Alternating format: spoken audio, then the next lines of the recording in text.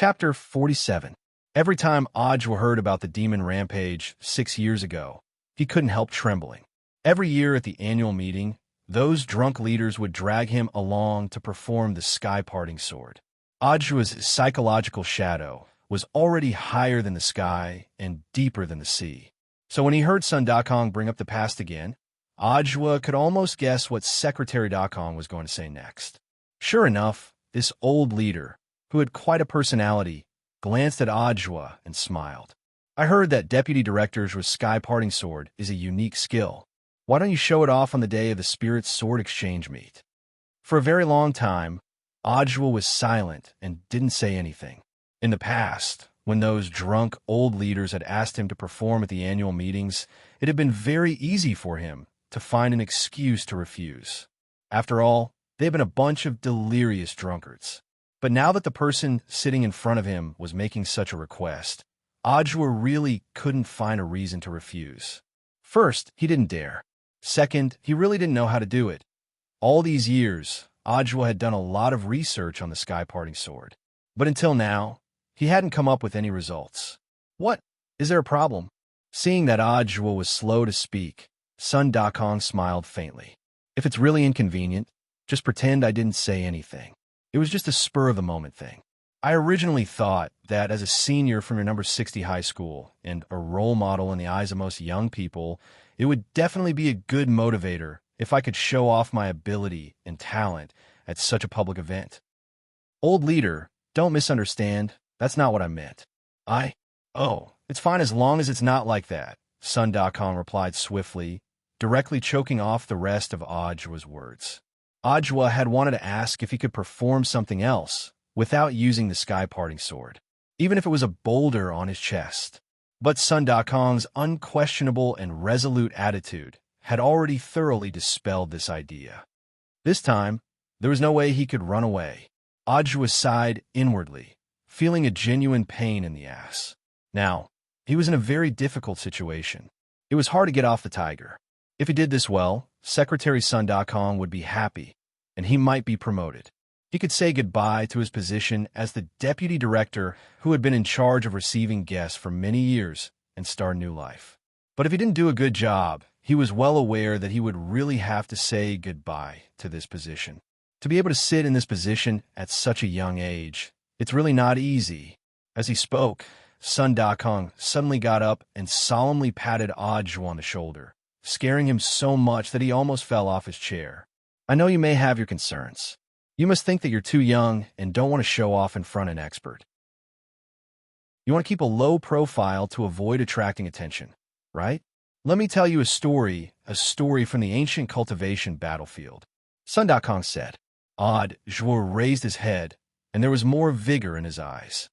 Back then, the last battle before the founding of our country, the Battle of Sherman, most of the youngsters had only heard of legends regarding the ancient cultivation battlefield.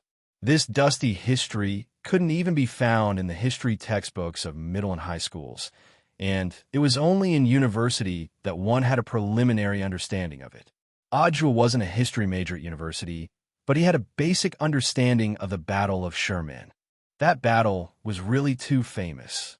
As Secretary Dakong recounted the story, his eyes welled up with crystalline tears, as if he was remembering many things. In that battle back then, the 7 demon gods from the gate between worlds bore down on us with overwhelming might. Together with Minister Shi Yuliang of the current Ministry of National Defense, we stood guard outside the stone gate of Dago Ridge. Eyes wide, Ajwa listened quietly, being able to personally hear the person involved narrate the history. This wasn't an opportunity that everyone would have. Those were demon gods. They were so powerful, their godly might soaring to the sky, and they unleashed countless nomological laws. Heaven and earth lost color, and the phenomenon was astonishing. Even the sun was pressed down, and from hundreds of li away, one could see the blazing nomological flames above the stone gate. The leader of the demon gods was quite powerful. His entire body was resplendent with every move he made, and even heaven and earth resonated with him. On his own, Minister Shi Yuliang tried everything he could, but in the end, he was unable to contend with them. But this battle was already the last stop. In the Battle of Sherman, the task given to us by the higher-ups was to hold the pass. Even if we couldn't win, we couldn't back down in the slightest. Adjua listened very attentively, and his thoughts drifted along with the old secretary's narration. He could already imagine the terrifying scene of the ancient cultivation battlefield, where the flames of war soared to the sky and godly might bore down on them. But now, standing in front of him and telling him this story, the seemingly middle-aged old secretary was already a living fossil. He had walked step by step from that era, witnessed the development of the times and scientific progress, and sat in his current position. This conversation revealed a sense of age. It made Adjua feel as if it were a lifetime ago. In the end, we were all exhausted and fell at the pass of the stone gate. Only Department Head Yu Liang stood up alone. He ignited his own divine blood, using the supreme being bone within his body as the price to summon the divine artifact Gao Shaoqin. He played a divine song, replenishing everyone's strength. He also raised his own potential to the limit. In the end, he killed 7 gods in a row. He defended the Stone Gate and laid the foundation for the founding of Huaxiao Nation. But Minister sure survived in the end, said Adjua. The old secretary smiled. That's right, he survived.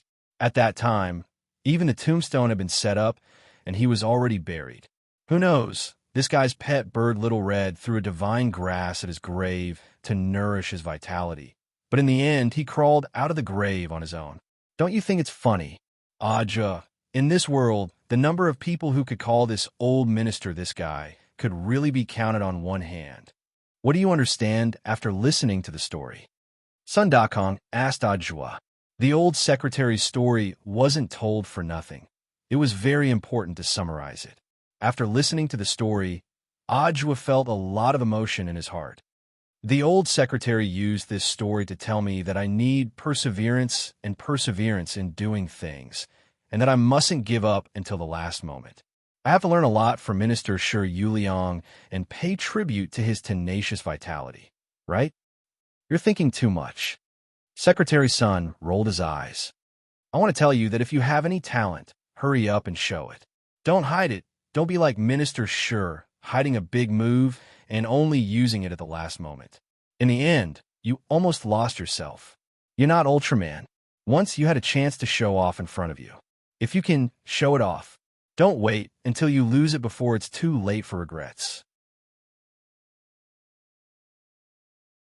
Chapter 48. Ever since the Peiyuan district branch of the Pengxi gang had collapsed, Madame Dong had led a group of old men and women to establish the General Administration of Harmony.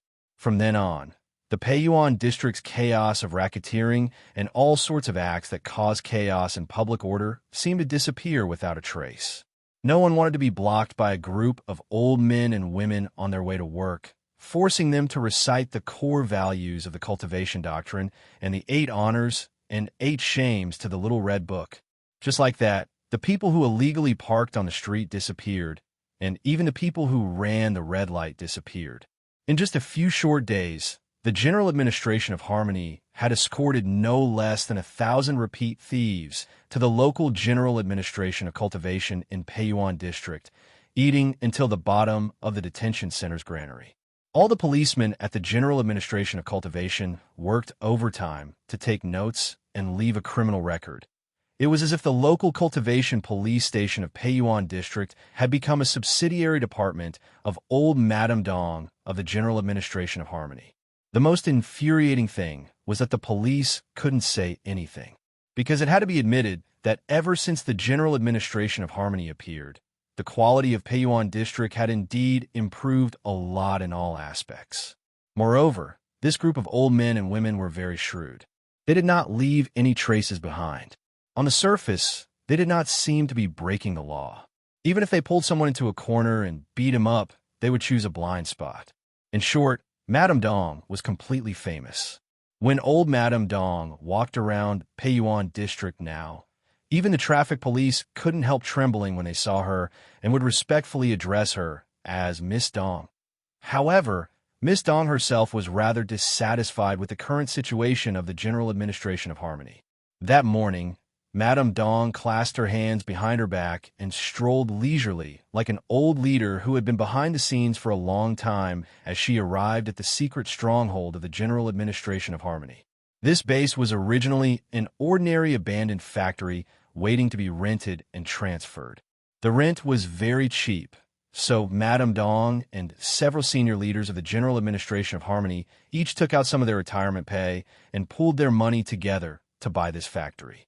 In just 2 days, the idle items in the factory had been swept clean, and the inside was divided into several areas. First, the peaceful reporting area. The people of Peiyuan District could spontaneously report uncivilized behavior in society, and the General Administration of Harmony would lend a helping hand as long as it touched on the core values of cultivation. Second, the Harmony Entertainment District.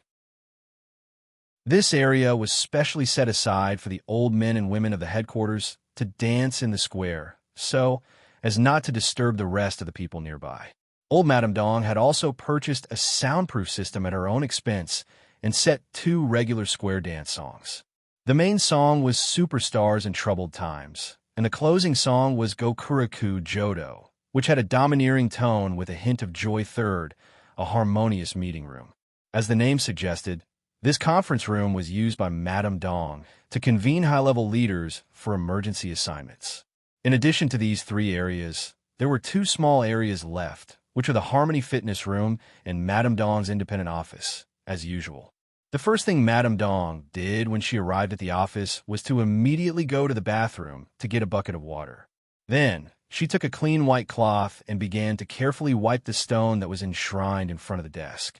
From an outsider's point of view, there was nothing strange about this stone, but for everyone in the General Administration of Harmony, it had extraordinary significance. Because it was engraved with the 24 incantations, it was the one Wang Ling had left behind back then. While she was wiping, an old man with a red scarf on his arm came to the office door and knocked on it. "Miss Dong, are you busy?" The old man's surname was Zhang, and he was Madame Dong's right-hand man. A red armband was the symbol of a high-level leader in the General Administration of Harmony. Madame Dong didn't say anything as she focused on wiping the stone. 5 minutes later, she wrung out the white cloth and threw it into the bucket of water. She straightened the stone on the desk and then lit 3 incense sticks in the stove in front of the stone. During this process, Grandpa Zhang didn't say anything as he stood upright in front of the door. After silently waiting for Madame Dong to finish, she slowly turned around and looked at the door as she said indifferently, "Come in and talk." "Any new developments?" Madame Dong asked as she stared fixedly at the stone on the desk. "No, we haven't received any news from the director yet. Could he have abandoned us?" the old man replied. "That's impossible. Back then, the director left this stone for us. He gave us the confidence and hope in social security. We abide by the core values of cultivation and adhere to the principle of coming from the people to the people. We serve the people wholeheartedly." Saying this, Madame Dong became excited, and there was a look of sudden realization in her deep eyes. "I know. It must be that our harmony isn't strong enough and hasn't moved the director." "I think so too." Grandpa Zhang nodded in agreement. Madame Dong frowned. "But given our current financial situation, it's not enough to spread the team to other districts. We already don't have enough manpower in Peiyuan District." Grandpa Zhang also sighed. "The new old men and women only know how to play, fight the landlord, and mahjong all day long. This is already a serious violation of the iron community rules of our General Administration of Harmony. The newcomers don't know the rules, so just teach them a little. You have to be patient.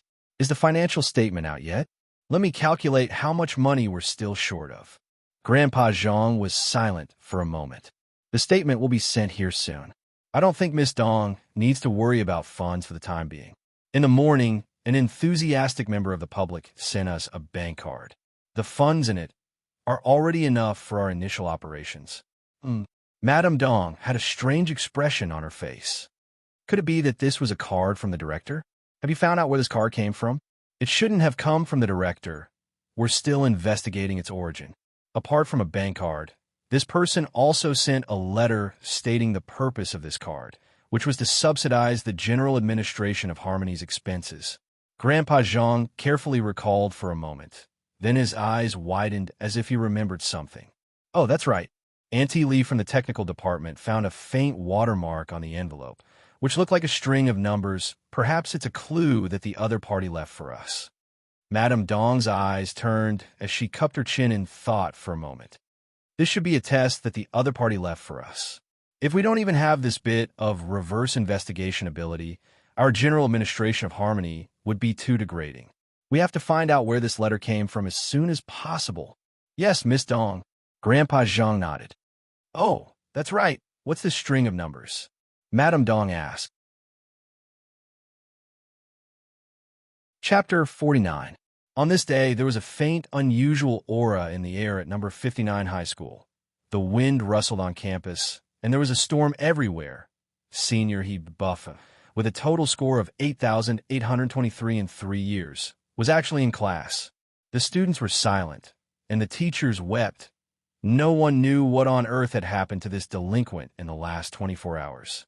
Tang Jingze felt that this was very unusual, and that there was most likely something fishy going on.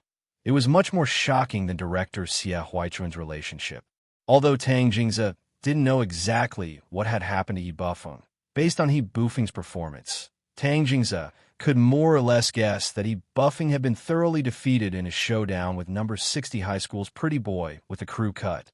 Otherwise, given Yi Bufeng's learning attitude, he would never have degenerated to the point of abandoning himself to attend class.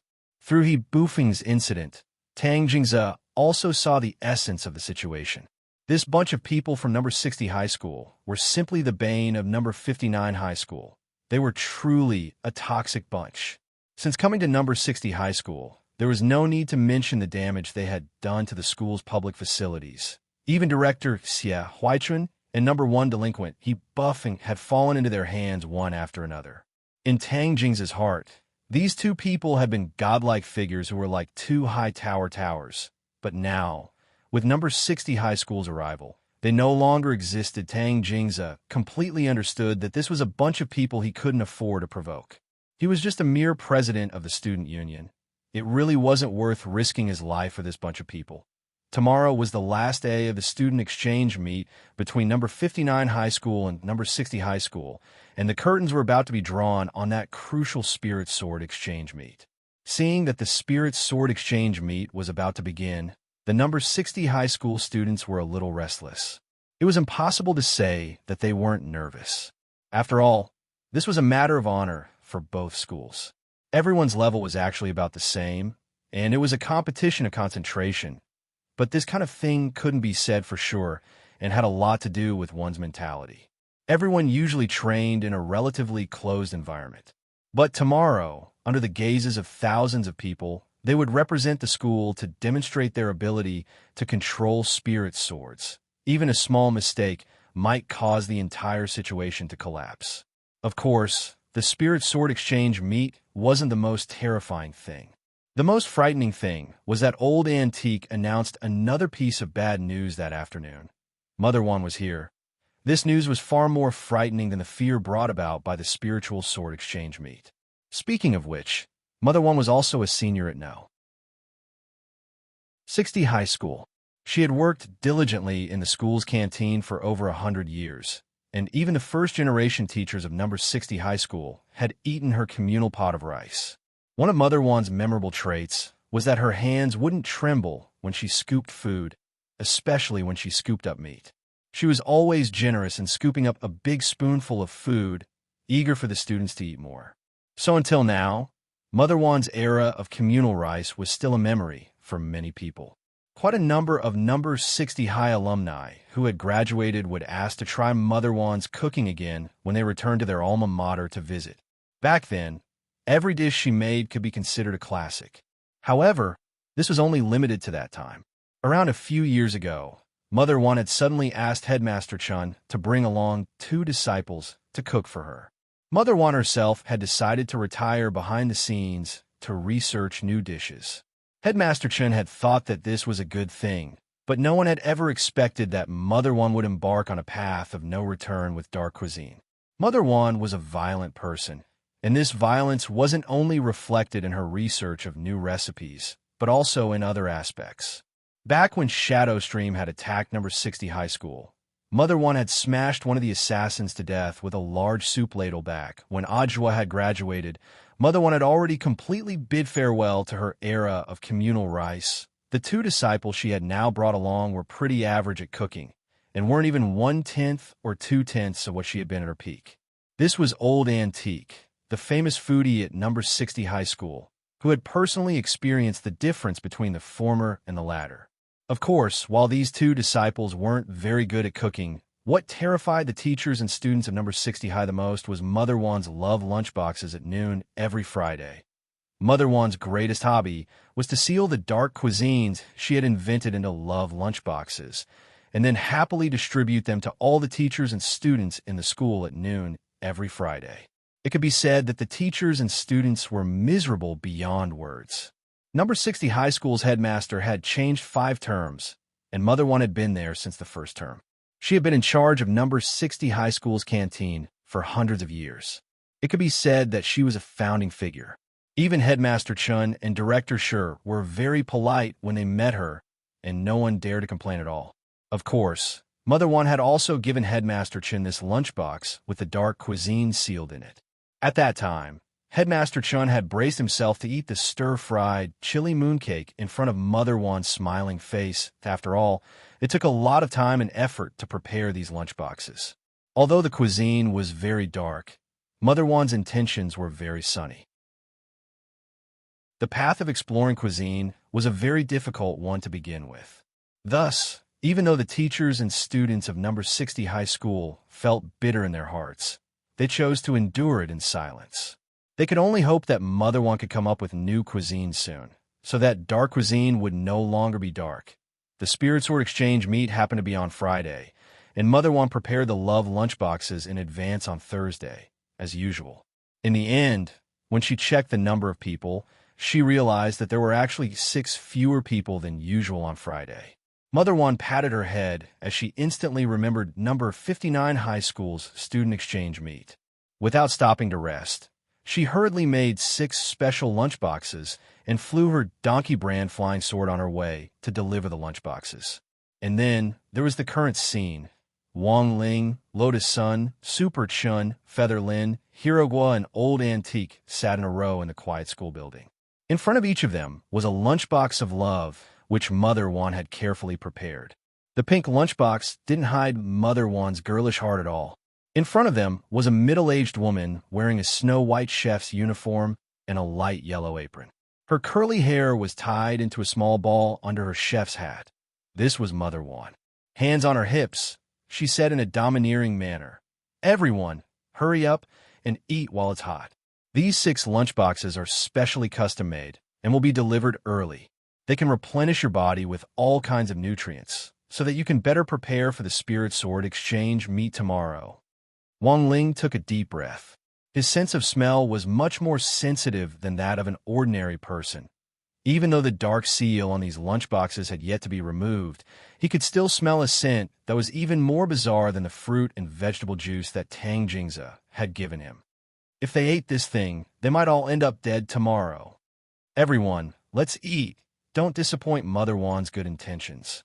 In the end, Old Antique was Old Antique. Even in this situation, he didn't break his composure and was very calm. Old Antique braced himself and took the lead to open the lunchboxes. In the end, everyone was shocked. Today's food actually looked pretty normal. "Is this stir-fried shredded potato?" Old Antique asked as he picked up a piece of crystal-clear shredded potato with his chopsticks. Mother One shook her head and said, "No, this is heavenly silkworm potato." Lotus Sun pointed to the tomato slices on the side of the potato shredded. "Then what is this dish?" "Oh, this dish." Mother One smiled and said, "This dish is called Holy Shit Tomato." Chapter 50. In number 60 high school, music classes were as rare as Old Antique's theory of history classes. The music teacher was Teacher Ding Yu. Come to think of it, He could be considered a veteran in the music circle. He had taught a lot of students and had written a lot of songs, big and small. But apart from that famous ballad of Shu Xian, he didn't seem to have any other noteworthy works. Teacher Ding worked part-time as a music teacher in a lot of schools and used the pitiful number of classes given to him to unearth young talents with musical accomplishments. Teacher Ding was very bitter but couldn't say it out loud.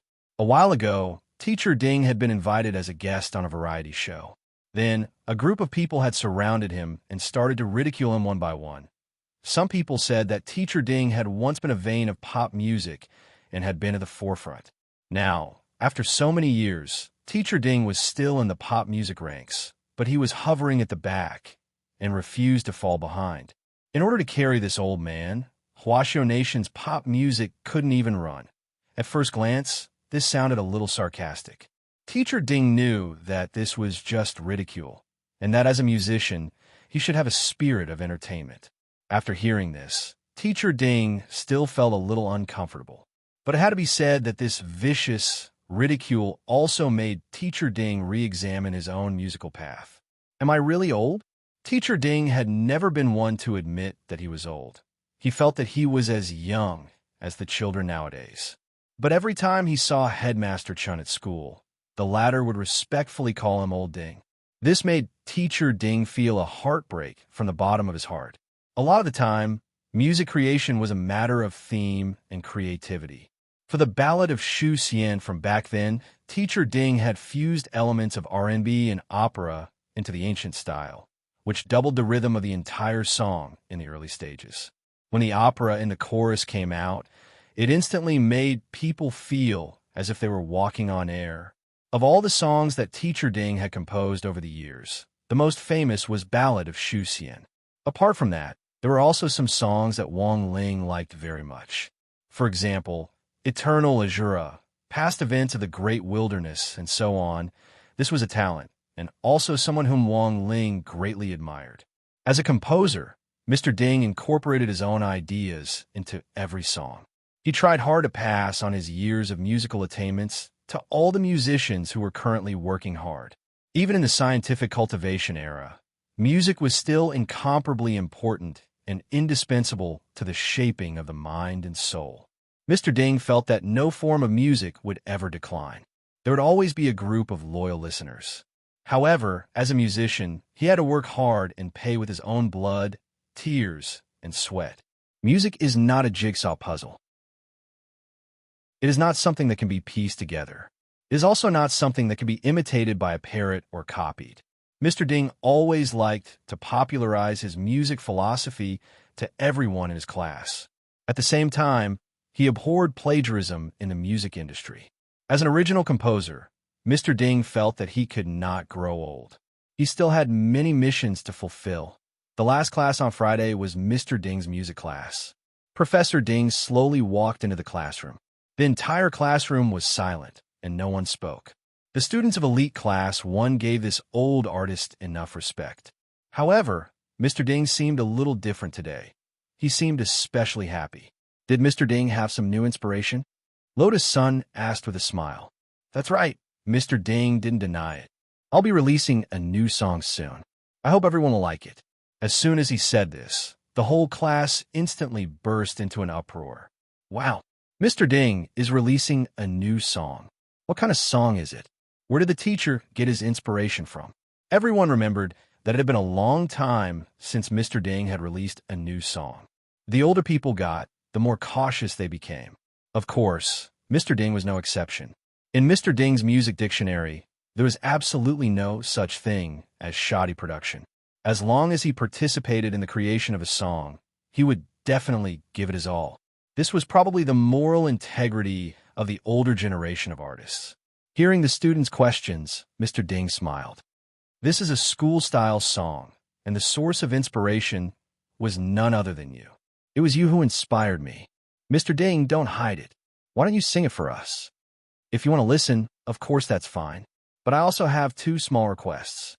Mr. Ding smiled slightly. A few days ago, I gave you guitar homework, and I don't know if you've practiced it seriously. I hope that a classmate can step forward and finish the guitar part. In addition, I hope that a female classmate can sing with me. This is a song for a man and a woman to sing together." Before Mr. Ding could finish speaking, Master of Dopey slapped his thigh. "My God, Mr. Ding, you're developing toward the legend of the Phoenix. Wang Ling, Lotus Sun, Super Chun, Feather Lin, and Li Xianjing. Classmate Gua, please correct your attitude." After a long silence, Lotus Sun was the first to step forward.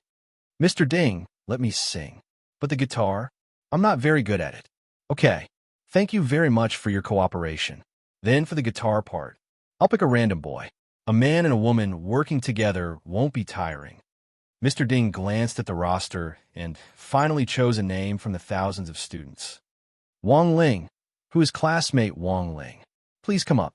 Wang Ling. Wang Ling hadn't expected Mr. Ding to pick him up.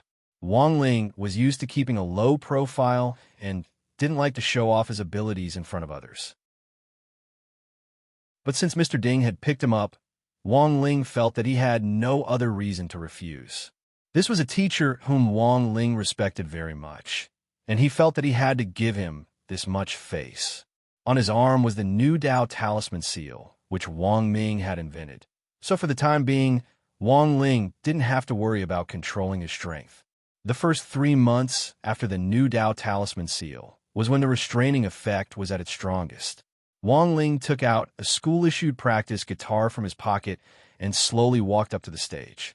"Now, I'll transmit the structure of the song to you." Mr. Ding gave a gentle smile, and a spirit light appeared in his hand which slowly seeped into Wang Ling and Lotus Sun's minds.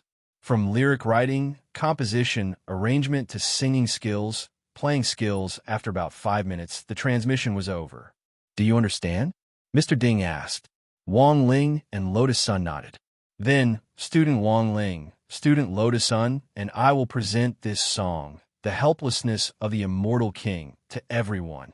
After Mr. Ding said this, Wang Ling strummed the strings, and then, accompanied by the brisk and refreshing sound of the guitar, the magnetic sound was like a poem floating in the wind, and it had a different kind of charm to it.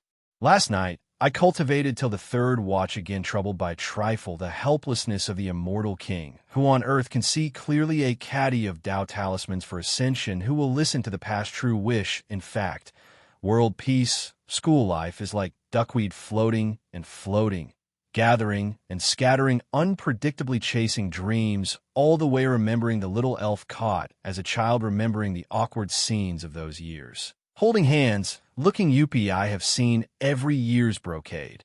Don't look back, with rhythm zinging, the ballad of a common immortal, strutting forward, raising one's head. As long as I have you, I won't lose control of fate."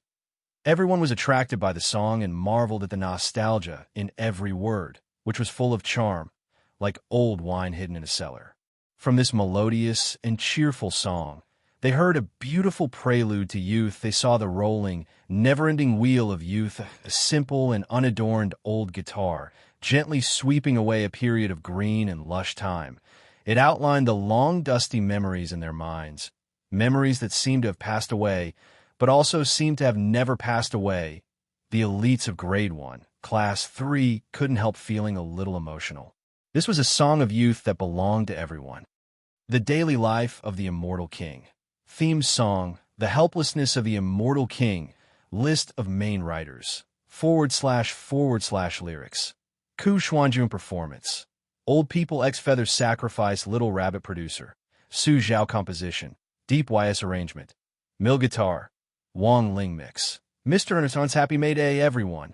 This song took a total of 3 months to compose. Before I even opened the book, I've been planning for it.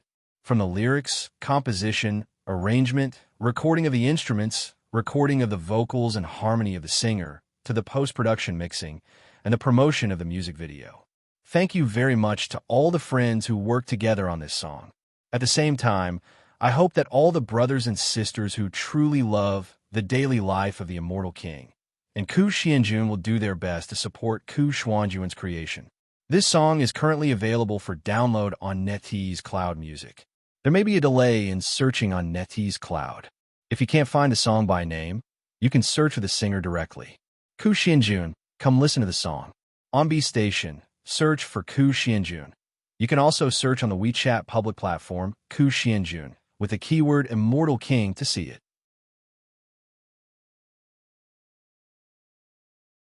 Chapter 51.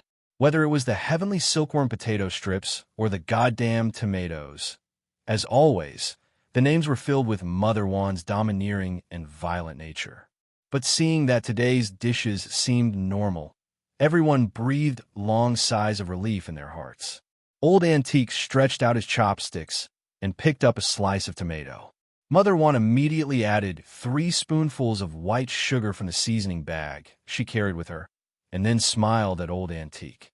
3 spoonfuls of sugar goes even better with the goddamn tomatoes. Everyone, after eating Mother Wan's bento, made with love, everyone saw her off at the school gate and waved goodbye to her in the breeze. Although the loved bento still tasted so strange, everyone was still very touched by Mother Wan's intentions. After checking the number of people, they realized that 6 people were missing. This old mother immediately remembered the group of students from number 60 high who had come to the exchange meet between the 2 schools and had hurried over to deliver the love bento that could only be eaten on Fridays in advance. It was worth mentioning that every time Mother Wan made the bento, she would count the number of people very precisely, no more and no less. Apart from Mother Wan, no one else in number 60 high could do this. This old mother, who had been in charge of number 60 high for 100 years, truly cared about the students and teachers of each batch. Goodbye, students. I'll come back to the Spirit Sword Exchange meet tomorrow, if I have the chance. Moi. After that, Mother Wan waved at everyone and left them with these chilling words. She then stepped on her donkey brand flying sword and flew off in a cloud of dust. There seemed to be a lot of things to do on the eve of the Spirit Sword Exchange meet. As soon as Mother Wan left, Wang Ling's eyelids started to twitch. Disaster level, 2 stars. Wang Ling could more or less guess what was going to happen. The Dao Talisman seal on his arm was about to expire. It wasn't hard for Wang Ling to figure out what was going to happen. It was obvious that that guy was coming. That annoying guy whom Mother Wang had contacted before. Ever since he was a child, Wang Ming had always been a huge headache for Wang Ling. Even though the state classified Wang Ming's true identity as a state secret and didn't stint on lavishing praise on him, comparing his brain to something even more terrifying than a holy weapon, Wang Ling's impression of his cousin was still limited to those 99 stupid challenges. To put it bluntly, this guy was just an idiot. Moreover, this kind of stupidity was also reflected in many aspects. Of all the stupid things Wang Ming did, the one he enjoyed the most was pretending to be a cultivator. It was 4:30 p.m. on Thursday. School ended on time for number 59 high school, and there was a constant stream of students heading to the school gate in 2s and 3s. A man also stood at the school gate on time. He was dressed in coarse hemp clothes, and his thick black hair was neatly trimmed. The man carried a long sword that weighed at least 50 kilograms on his back. He looked like an ascetic who traveled the world all year round. Unfortunately, his attire didn't match his temperament. If someone with a higher realm used their spiritual sense to scan him, they would immediately know that he was a muggle without any spiritual power. The essence, energy, and spirit of a cultivator contained a kind of natural essence energy. This kind of essence energy originated from heaven and earth, was born from the Dantian, and circulated through the meridians of the entire body. Over time, it could change a person's temperament from the inside out, making their eyebrows shine brightly and their footsteps as light as the wind. A true cultivator could even give off a faint fragrance. Standing at the gate of number 59 high school, Wang Ming sighed in his heart. Even though he was young and promising, elegant, and extremely talented in cultivation, having talent didn't mean that he could cultivate. Because of his physique, Wang Ming had realized at a very young age that he had no fate with cultivation.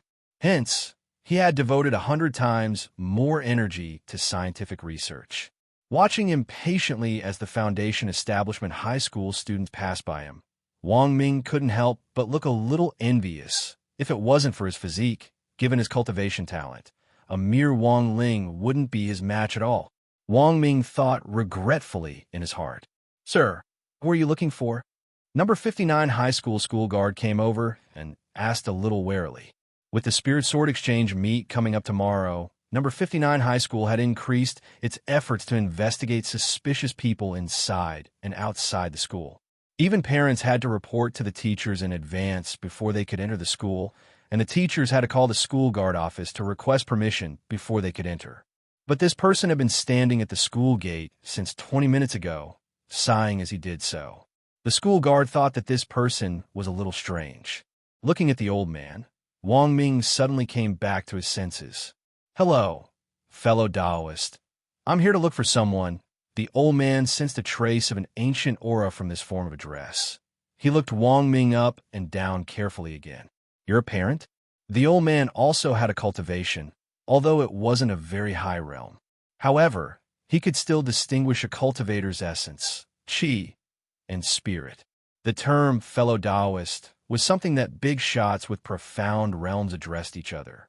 The old school guard stared at Wang Ming's face for a long time, but no matter how he looked at him, he couldn't tell that this person was a big shot. On the contrary, the more he looked, the more suspicious he felt. Yes, I'm a parent. I'm here to look for someone." Wang Ming carefully calculated his seniority. When all was said and done, he was also an older brother. He was a whole 6 years older than Wang Ling. It didn't seem wrong to call him a parent. Thus, he nodded. "Which student's parent are you? In which class?" "I'm here to look for number 60 high school's Wang Ling. He's representing the school at the exchange meet." The old man was suddenly enlightened. So was that group of people. But as a student's parent, the old man was still suspicious of Wang Ming's identity. A parent of a foundation establishment student should at least be at the golden core stage, right? Most of the school teachers were at the golden core stage, and the old guard had come into contact with them a lot, so he could still distinguish this aura. It was very obvious that this person didn't have the slightest bit of spirit energy on him. Thinking about the recent assassination attempt by Shadow Stream at number 60 high school, the old guard's thoughts couldn't help drifting. In the last 2 days, the higher-ups had issued clear orders to be on guard for fear that Shadow Stream would take advantage of the Spirit Sword Exchange meet to retaliate. Now, number 59 high school's entrance examination was very strict, and internal security had arranged patrols and experts to keep watch. To be honest, the old guard didn't think that Shadow Stream would have the guts to brazenly sneak into the school. But this young man, pretending to be a cultivator, had indeed successfully attracted the old man's attention.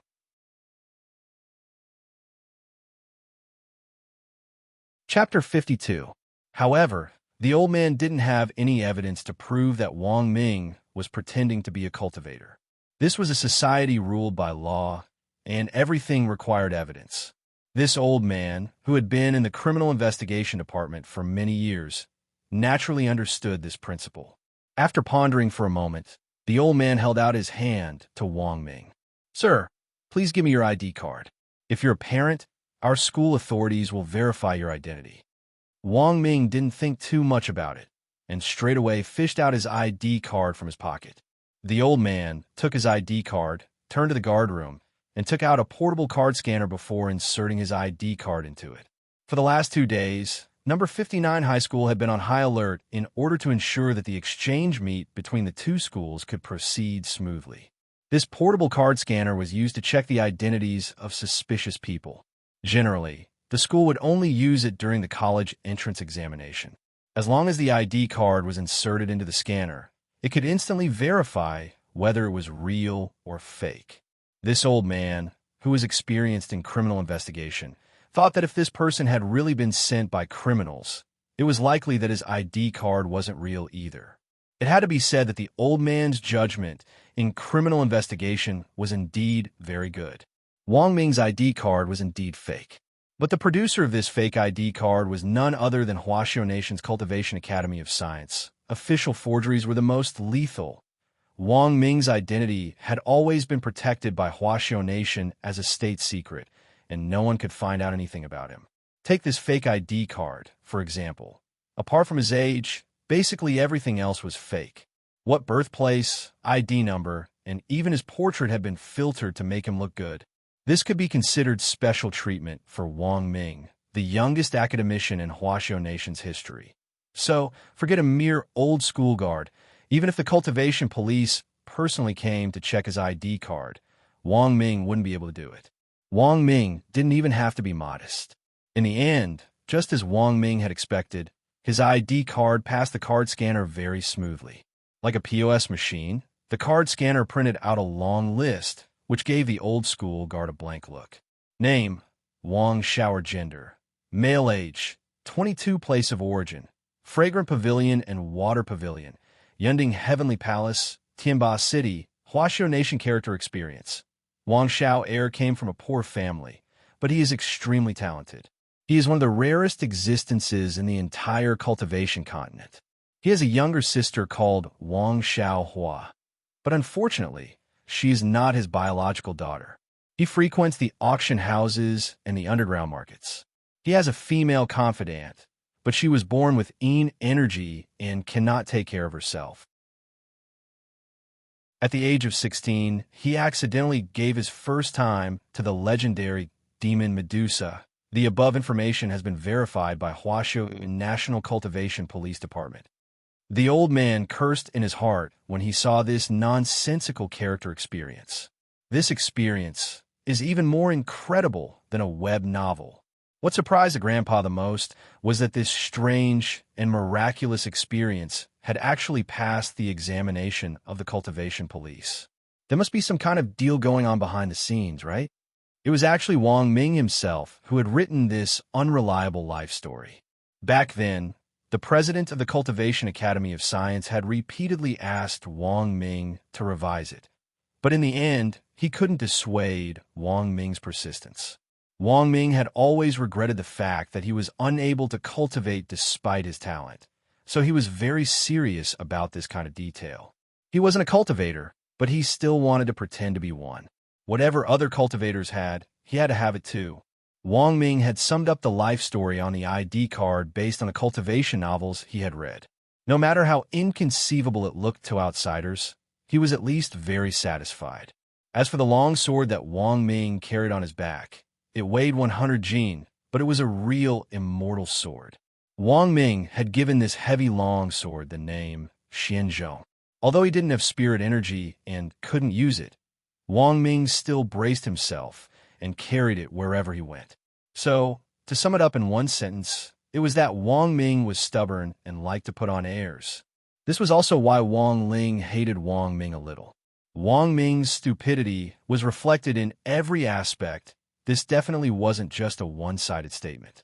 Relying on his flawless ID card, Wang Ming had entered number 59 high school as he had wished. But he wasn't in a hurry to look for Wang Ling. Instead, he turned into the grove on the side of the tree-lined path, found a secluded corner, and put down the long sword on his back. As soon as the immortal sword touched the ground, the lawn instantly sank into a shallow pit. Damn it, this sword was too heavy. Wang Ming's forehead was covered in sweat.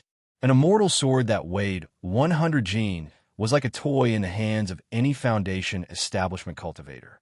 But as an ordinary person, Wang Ming felt that his shoulder would be dislocated after carrying this sword for so long without taking a break. I have to deliver the Dao Talisman to Wang Ling as soon as possible. Putting on airs was one thing, but Wang Ming hadn't forgotten his mission this time. Delivering the Dao Talisman was his #1 mission. After all, it was currently the only way to suppress Wang Ling's power. He had to deliver it to Wang Ling before the last Dao Talisman was about to expire. Otherwise, all of humanity could face a crisis. While he was thinking this, Wang Ming decided to set off. Just as he was about to lift the black heavy sword, a pretty girl in number 59 high school's uniform walked slowly toward him from a distance. This was a tall girl, and even number 59 high school's ugly uniform couldn't hide her beautiful face. The school jacket was slightly open, and Wang Ming could even vaguely see the other party's sexy collarbone and the plump F***K. Long, straight black hair. And it was a 3060. Wang Ming was so excited that he sucked in a breath. In a flash, he picked up the 50 jin black heavy sword from the ground and carried it on his back. It was obvious that the frantic secretion of adrenaline had numbed Wang Ming's sensory nerves. Initially, Wang Ming had to crouch down to carry the sword on his back, but now it was effortless for him to lift it with one hand. "Hello," I asked. "Can you do me a favor?" The long-haired girl walked over and lowered her head a little shyly. Her voice was simply too melodious, as crisp as a wind chime, and Wang Ming felt relaxed and happy when he heard it. He had really been cooped up in the research institute for too long, and it had taken him great effort to take 2 days off this time to deliver the Dao Talisman to Wang Ling. Who would have thought that his luck with women would be waiting for him here? Looking at the girl, Wang Ming instantly let his imagination run wild. Even the black heavy sword on his back didn't feel heavy anymore. "Of course, no problem. How can I help you?"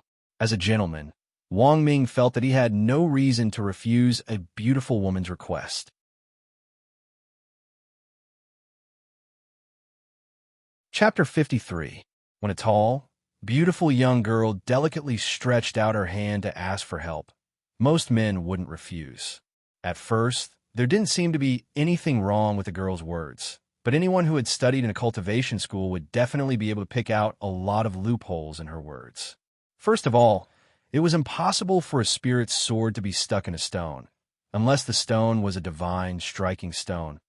Otherwise, a normal stone wouldn't be able to resist a spirit sword at all. It would be as soft as tofu when cut. Furthermore, the gymnasium in a high school cultivation school wasn't open all day, especially when number 59 high school had been heavily guarded for the past 2 days. Anyone who wanted to use the gymnasium had to submit an application in advance, and it would only be open during the application period. It was closed for the rest of the time. That was because the gymnasium's locker room was a surveillance blind spot, and it was very likely that criminals would take advantage of it. Number 59 high school leaders had already done their best to be on guard, and had thought of everything they could think of. But if the opponent wasn't a normal person, there was nothing they could do. Wang Ming had thought that his spring had arrived. Following the girl's gravitational pull, he floated to the gymnasium, but was stunned to find that the main gate was locked. It had already been closed. This scene finally calmed Wang Ming's feverish mind a little, and his strongest brain in Huaxiao Nation started to feel that something wasn't right. At that moment, the girl who had been walking in front also paused, turned around slightly, and gave Wang Ming a mysterious smile. "The main gate is locked. Classmate Jiang, why don't you wait until class tomorrow and ask the teacher for it?" This smile was really too strange, and Wang Ming's heart trembled when he saw it. He wasn't a fool. As the strongest scientific brain officially recognized by Huaxiao Nation, even if his knowledge of cultivation was limited to those messy cultivation novels, he still had the basic ability to read a person's body language. His intuition told him that there was something very wrong with this girl's smile. "Mr. Wang Xiao, oh no, it's more appropriate to call you Mr. Wang Ming, right?" The strongest brain officially designated by Huaxiao Nation. The girl narrowed her eyes and maintained her smile, her expression unchanging. "We spent a lot of effort to find you." Wang Ming was frightened by these words. His identity had been closely guarded. To the outside world, he was just Wang Xiao, that Wang Xiao heir who lived in Tianba City's cloud-top heavenly palace's fragrant pavilion. Wang Ming's scalp went numb. "Who the hell are you?" At that moment, Wang Ming's brain cells started to spin at high speed again. Jiang Luing. He felt that the name was somewhat familiar. Flowing shadow, flowing shadow, flowing shadow. Wang Ming instantly froze. This girl was from Shadow Stream? It seems like our strongest brain has thought of something. The young girl smiled and took off her coat, showing the golden ribbon tied around her arm. Wang Ming was once again absent-minded. Shadow Stream, Gold Ribbon Assassin. This was not only an expert assassin, but also an expert among experts. Moreover, a Shadow Stream Gold Ribbon expert signified that this person was also a high-level member of Shadow Stream. Wang Ming remembered that he had once read a confidential report from the Research Institute. Among the top 5 killers on the current international ranking list of killers, Shadow Stream's Gold Ribbon killers occupied the 2nd to 5th places.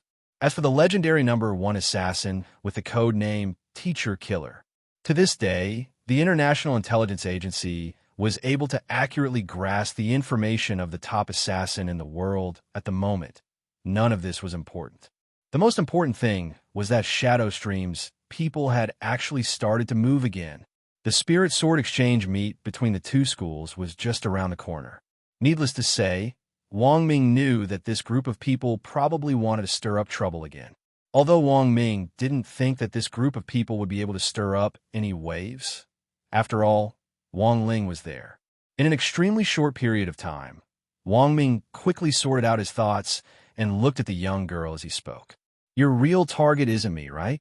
Seeing that the young girl wasn't speaking, Wang Ming continued. Your goal is revenge. Am I right? You're trying to kidnap me, Huaxiao's strongest brain, and use me as a hostage to hijack the exchange meet between the two schools tomorrow? Jiang Luiying smiled slightly. Let's just say you're right. But have you ever thought that even if you find out my identity is a secret to the outside world? In other people's eyes, you just kidnapped an ordinary person of no value. Wang Ming was sure that the young girl wouldn't hurt him for the time being, so he started to calm down. What if we reveal your true identity? Wang Ming was startled by this answer. What's in it for you? As long as it's not good for you, it's good for our shadow stream. The red ribbon assassins that we painstakingly nurtured were all killed in a rundown school like that. Now that I think about it, it's still inconceivable. At the Spirit Sword Exchange meet tomorrow, the leaders of both schools will be present. In other words, all the experts will be present. Holy shit!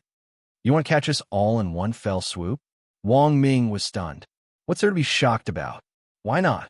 It was just two ordinary high schools. According to the intelligence, the strongest expert who would be present tomorrow was only at the peak of the late Gold Core realm. Right? With just this bit of strength, I can crush one with one hand. The young girl revealed her small canine teeth and smiled sinisterly. Wang Ming, first of all, putting aside the question of whether or not they could crush Wang Ling to death, Wang Ming felt that based on the last time Shadow Stream had sent out their red ribbon assassins, it was very clear that Shadow Stream's higher-ups hadn't learned their lesson at all. Speaking of which, they didn't know what kind of enemy they were facing at all, right? This was Wang Ling once his power went out of control. Even Wang Ming himself would be afraid of him. Miss, I advise you to give up on this idea as soon as possible and go home. Your mom is calling you for dinner. Wang Ming tried his best to persuade her. In this world, there was actually someone even more stupid than him. Wang Ming really couldn't understand why such a cute and beautiful girl would insist on courting death. That won't do. It was clear that the young girl was determined this time. We've been preparing for this revenge operation for a long time. As she spoke, the young girl waved her hand. Spirit light flashed at her fingertips, and a hexagonal crystal instantly appeared in her palm. You should be very familiar with this thing, right? So it was you who stole the Void Stone from the Research Institute. Wang Ming's eyes widened. Wang Ming was very familiar with this thing. This was a magic treasure that was currently being developed. Based on the magic treasure itself, it had been combined with modern space technology and was a cultivation black technology magic treasure that was still in the testing stage. With the power of this magic treasure, not only could one teleport an unlimited number of times within a range of 200 meters, it could also isolate one's aura in an alternate dimension, making it impossible for people to detect it with their spiritual senses. However, such a treasure that was integrated with modern black technology was brazenly stolen from the Research Institute not long ago. Huaxiao Nation's Academy of Sciences had been urgently investigating this matter, but Wang Ming never expected that the Void Stone would actually fall into Shadow Stream's hands. This group of killers who killed without batting an eye had obtained the power of the Void Stone. It was simply unimaginable. With one hand on Wang Ming's shoulder, the young girl skillfully manipulated the Void Stone with the other. Wang Ming felt his vision blur, and when he came back to his senses, he realized that he had already landed firmly in the gym's locker room. Before the Spirit Sword Exchange meet tomorrow, our strongest brain will have to trouble staying here for the night. May I ask, what time is it? It's almost 6 o'clock. What the hell? It's already 6 o'clock? Wang Ming's eyes widened in astonishment. He hadn't given Wang Ling the new version of the Tao Talisman yet. Wang Ming did a simple calculation. It seemed that there wasn't much time left before the old version of the Tao Talisman completely lost its effect. What? Your mom wants you to go home for dinner. Seeing Wang Ming's panicked expression, Jiang Luiying couldn't help laughing sweetly. After calming down and thinking for a moment, Wang Ming replied very seriously, "Big sister, you might not believe me when I say this. If you don't let me out, the earth might be destroyed."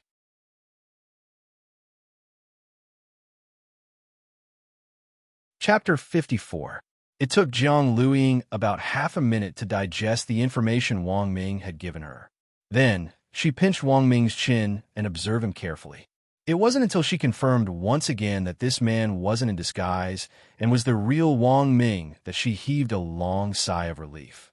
As Wang Ling's cousin, Wang Ming and Wang Ling actually resembled each other a little. As long as he gave up his old cultivator disguise, Wang Ling felt that this guy could still be considered young and fresh. But the difference between the two was that Wang Ling had never been a narcissist, while Wang Ming would stare at himself in the mirror all day long and be infatuated with himself.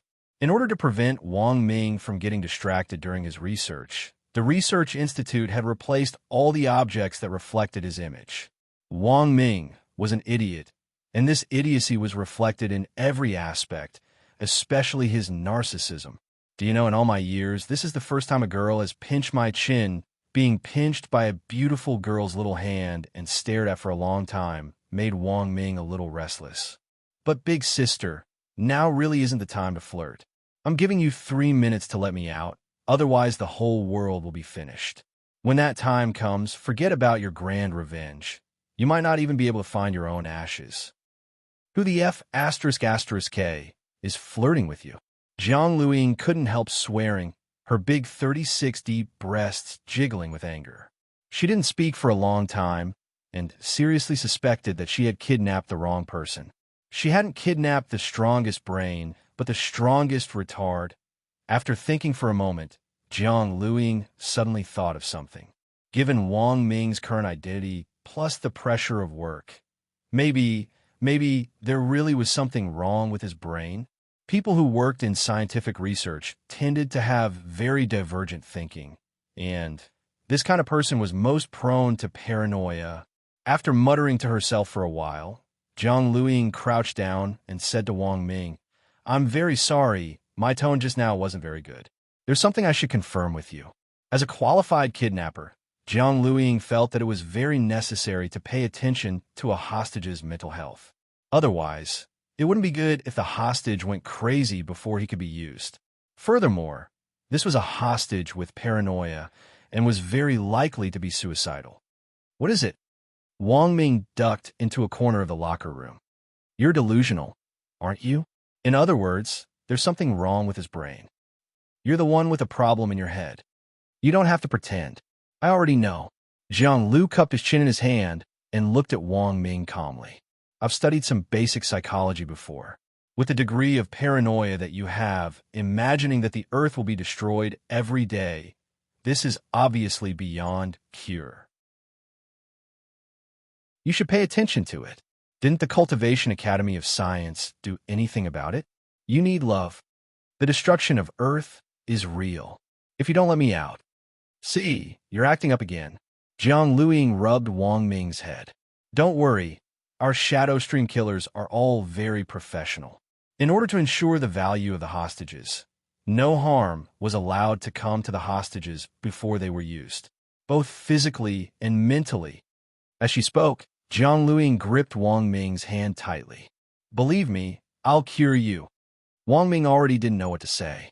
"How about this? In order to show my sincerity, I'll give you a love hug first." As soon as the girl said this, Wang Ming felt a pair of hands wrap around his back and forcibly encircle him. Immediately after, he felt two incomparably huge shadows pressing down on him like Mount Tai, tightly covering his face. Wang Ming. F***K. These two things were really too big. He couldn't breathe at all. The girl hugged Wang Ming for a full 2 minutes before she let go. Then, she was stunned to find that Wang Ming had already fainted, and 2 streams of dark red blood were gushing out his nose at that moment. Jiang Luing truly felt the seriousness of the problem. She immediately dialed a number on her wristwatch. "Sister, I've caught the person, but this person seems to have a problem with his brain. My initial assessment is that the other party has a very serious paranoia. I gave him emergency treatment just now, but I didn't expect him to actually have a nosebleed." The voice on the other end of the line was cold and sweet. "How did you treat him?" "Of course it's to give him a hug of love. This kind of serious mental illness needs humanistic care." The woman on the other end of the line clearly sucked in a cold breath. "I understand. Sister, what do you understand? It's not that there's a problem with his brain. It's that there's a problem with yours." Wang Ling stood at the entrance of number 59 high school's dormitory and gazed deeply into the distance, his eyelids twitching at a steady pace for more than 5 minutes. The disaster level had directly risen from 2 stars to 3 stars. Looking at the current situation, this disaster warning still didn't look like it was going to stop. Wang Ling could more or less guess what on earth this warning foretold. The old version of the Dao Talisman seal was about to expire. It would be completely removed in an hour at most. But until now, there was still no sign of Wang Ming. Wang Ling closed his eyes and released his spiritual senses in an attempt to track down Wang Ming's aura, but realized that he couldn't find it at all. He had clearly sensed Wang Ming's aura earlier. Furthermore, he knew that Wang Ming had already entered number 59 high school. Wang Ling had assumed that Wang Ming would arrive soon, so he had waited at the entrance of the school dormitory. But the strange thing was that when Wang Ling tried to track down Wang Ming's aura again, he suddenly realized that it had suddenly disappeared. It was as if Wang Ming had evaporated from the face of the earth. Of course, if Wang Ling's power was completely unsealed, he would be able to immediately track down Wang Ming's aura no matter where it was. But by then, it would be too late. This annoying guy. Had something really happened to him? Wang Ling stared into the air and frowned a little irritably. It was very obvious that something had happened to Wang Ming. Furthermore, it was very likely that his aura had been masked by some magic treasure.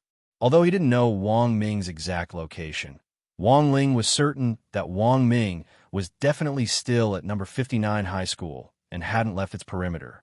Since he couldn't use his spiritual senses to track down Wang Ling's aura, there was only one way left for Wang Ling to think of. Wang Ling walked under the shade of a small tree where there was no one around. First, a pair of cat ears appeared on his head, and then his entire body shrank as he turned into a black and white Persian cat. In this critical moment, Wang Ling's first thought was of those little wild cats in number 59 high school's cherry blossom forest.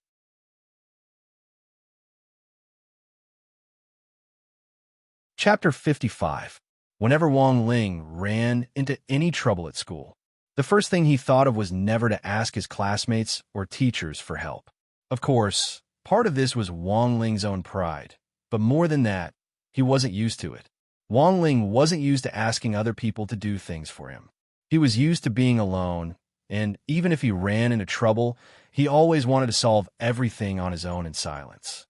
For Wang Ling, asking for help from his classmates and teachers didn't exist at all.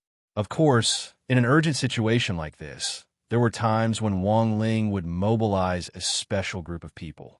These people could be bees flying among thousands of flowers, or they could be little ants everywhere.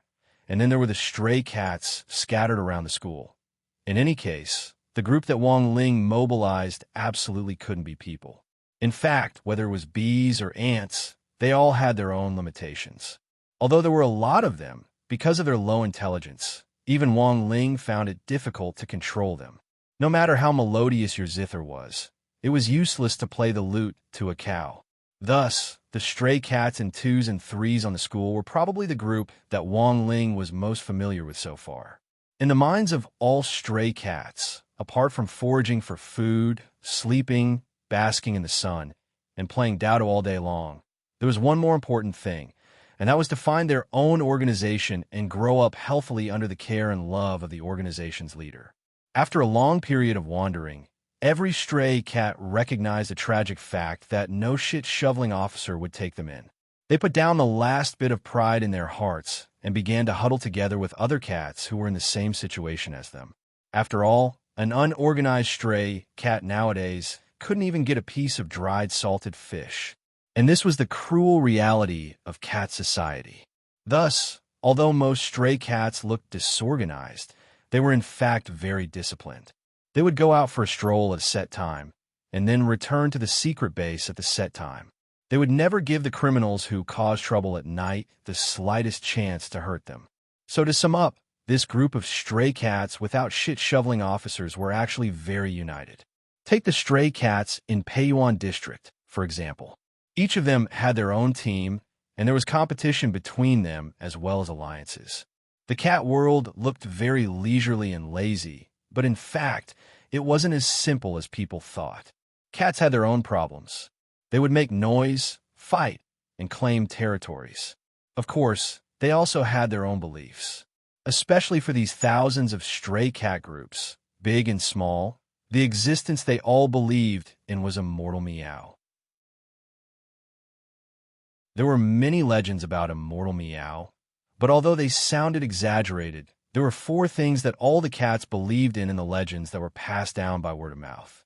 There were many witnesses to these 4 incidents, and many of the older generation of stray cats could testify as well. One of the legends, Immortal Meow's origins. Many cats could no longer remember when Immortal Meow debuted. All they knew was that Immortal Meow had appeared very suddenly, coming and going without a trace, like a mysterious dragon whose tail was nowhere to be seen. Most of the time, they would suddenly appear behind a cloud of mist. It gave the cats a feeling that they had the demeanor of an immortal. Over time, the name Immortal Meow came to be. The second legend. It was about Immortal Meow's debut. Immortal Meow's debut wasn't simply because of the way it appeared. It was more because of its innate aura and majesty of an elder. Almost all the kittens remembered the major events that had taken place when Immortal Meow had made his debut.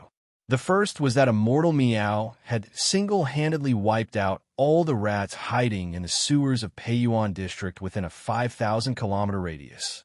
It had established enough living space for the numerous stray cats who were weak and alone. Rats bred much faster than cats, and there were more than 10 rats in one litter, while most of the stray cats were single. Over time, the rats outnumbered the cats. If it hadn't been for Immortal Meow, the cats wouldn't have had enough living space at all, and they wouldn't have been able to establish their own base in the sewers. It could be said that the first thing Immortal Meow did when it debuted was to make a huge contribution to the cats. Back then, the rats of Peiyuan District had either fled or scattered, and some had even been knocked unconscious by Immortal Meow's pressure. Then, the stray cats had picked them up one by one and used them as food reserves. The second thing was that Immortal Meow had popularized the concept of team management to the stray cats. It was precisely because of this that the stray cats now had a home to rely on even if they didn't have a poop-shoveling officer following them. The base they had built in the sewers was their current home. And it was precisely because of the standardized team management system that the stray cats now held their heads high and puffed out their chests, completely ignoring the supercilious looks of the domesticated cats who were being looked after by the poop-shoveling officers. And the third thing was that Immortal Meow had driven away the big dog gang in Peiyuan District, which had taken pleasure in terrorizing the stray cats. At that time, this group of stray dogs, led by a husky, had all been scared witless by Immortal Meow and didn't even dare let out a fart as they ran. The third legend, Immortal Meow's retirement. After these 3 things had been accomplished, Immortal Meow had gradually disappeared from the sight of all the cats in Peiyuan District. The stray cats had spontaneously organized all kinds of search activities, and some had even crouched in trees 24 hours a day just to get the slightest clue about Immortal Meow. But unfortunately, their efforts had all been in vain. Immortal Meow had never appeared again. Like Lei Feng, who had helped an old lady cross the road without leaving his name, it had completely disappeared. Of course, despite this, Immortal Meow's position in the hearts of all the stray cats in Peiyuan District was unshakable. This belief had even spread beyond Peiyuan District. It could be said that the cultural beliefs of the stray cats in other districts had now been deeply influenced by the cats in Peiyuan District. Finally, the fourth legend, the image of Immortal Meow. There were many different opinions among the stray cats about Immortal Meow's appearance. Some cats thought that Immortal Meow was a mighty and majestic mutated muscled civet, standing at 1.8 meters tall, the same height as a human. Others said that Immortal Meow was an alien mechanical cat from the future, with a slightly chubby blue body and a noble red nose. As for the cloud of mist that had suddenly appeared, it was very likely that Immortal Meow's steam engine had come into play, of course. The above legends were all unreliable. As for Immortal Meow's image, the older generation of stray cats had long since settled on it. An old cat born with an unusual physique had once seen it with its own eyes from that cloud of mist.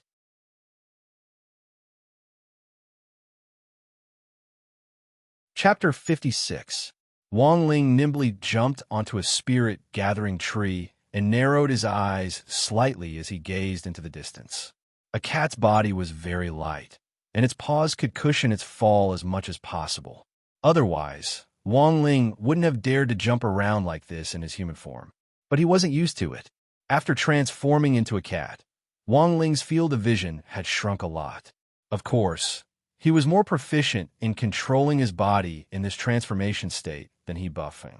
He Buffing had only used the advanced transformation spell, but Wang Ling had used the Great Transformation spell, one of the 3,000 great spells. The effects of these two spells were the same, but the experience after using them were completely different. The advanced transformation spell often took a long time to practice and get used to anything. The smaller the object, the shorter the duration. The Great Transformation spell, on the other hand, lasted for a long time and wouldn't be affected by the size of the object it transformed into. Furthermore, it wouldn't cause discomfort to the soul. To put it bluntly, one came from an advanced spell book, while the other came from the 3,000 great spells. That was the difference. Standing on the top of the spirit-gathering tree, Wang Ling spread out his spiritual senses to capture the auras of the cats. He had heard a few cats mention before that the boss of this area was called Zheng Tan. Apart from cat boss Zheng Tan, no one else could command the stray cats in this area. The management of stray cats was very strict, and these strict rules stemmed from the team management system that Wang Ling had popularized for them back then. But what surprised Wang Ling was that even after he had withdrawn from the cat world for so long, these cats still strictly abided by the management system. There were always small-scale fights over territory and food resources between the various groups they formed, but at critical moments, the cats were very cohesive and united against a common enemy. Wang Ling usually didn't deliberately pay attention to or care about these situations. That was because he could always learn something from the stray cats on the street corners on his way to school every day through the mind-reading ability. Of course, Wang Ling would never have thought that his unintentional act back then would now turn out to be an important part of saving the world. There was only 1 hour left before the Earth was destroyed. Now, finding Zheng Tan and then using its power to find Wang Ming had become the key to this entire matter. Perhaps no one could have imagined that. The ones who would save the world would actually be the stray cats that had been abandoned by people in the past. Back then, after popularizing the concept of team management for stray cats in Peiyuan District, and after solving the cats' various problems of living space and food resources, Wang Ling had chosen to retire. He remembered quite a few of the cat bosses in those areas, but most of them had been first-generation leaders. The ones that left the deepest impression on Wang Ling were the 3 cat tyrants, known as the Little Tigers. Thunder Tiger Tang Shi, Little Handsome Tiger Song Ci, Obedient Tiger Yuanxiu. These 3 cat tyrants of the past had long since become old cats that sat behind the scenes and gave orders. Based on the scale of their development over the years, Wang Ling felt that these 3 cat tyrants were now each in charge of a cat army. As for Zheng Tan, it was still very small, but as the boss of the stray cats in number 59 high school, It could be considered a leader of the cat group. As the saying goes, don't treat the village chief as an incompetent cadre. Wang Ling didn't discriminate against the village head, nor would he discriminate against a cat. When he returned to the patch of cherry trees, it was already after school, and there were a few students here, and they're looking at the flowers. Wang Ling could smell the sour stench of love in the air. Following the scent, he quickly found the cats who had been rolling around under the cherry trees yesterday, a few hundred meters away. These cats were all hybrids who had been abandoned at a very young age. After all, Wang Ling wasn't a cat expert, and he couldn't tell what breed they were at first glance from their appearance.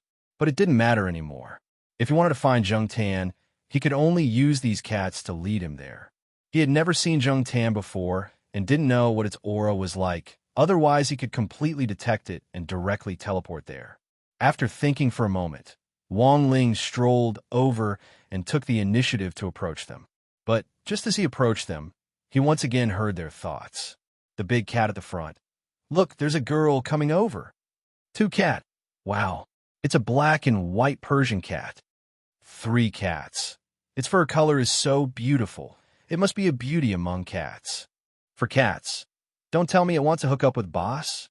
Big Cat smiled slightly. Do you even need to ask? Beautiful cats are only fit for the strong. Wang Ling. Damn, I'm a F*** king man. Wang Ling now felt that choosing to turn into such a beautiful Persian cat back then had really been a big mistake. Seeing Wang Ling walk toward it step by step, Big Cat felt that its fur was a little dirty and a little inelegant from rolling around on the ground just now, so it crouched down, bent over, and started to lick the ground, not even letting go of its own little butt. F***K. This was obviously even more inelegant, okay? Fortunately, Wang Ling wasn't in the mood to argue with these cats. Staring at them, he directly asked telepathically, Where is Zheng Tan? Wang Ling's deep voice rang out in the 4 cats' minds, and they instantly looked embarrassed. F***K. They had actually gotten the wrong gender. This cat turned out to be a male. Big Cat instantly looked disappointed, as if it had been rejected by a female cat. It lowered its head and collapsed to the ground. Why, it's a male. Do you have to be so F***king disappointed? Also, that wasn't the point at all. The point was, where was Zheng Tan?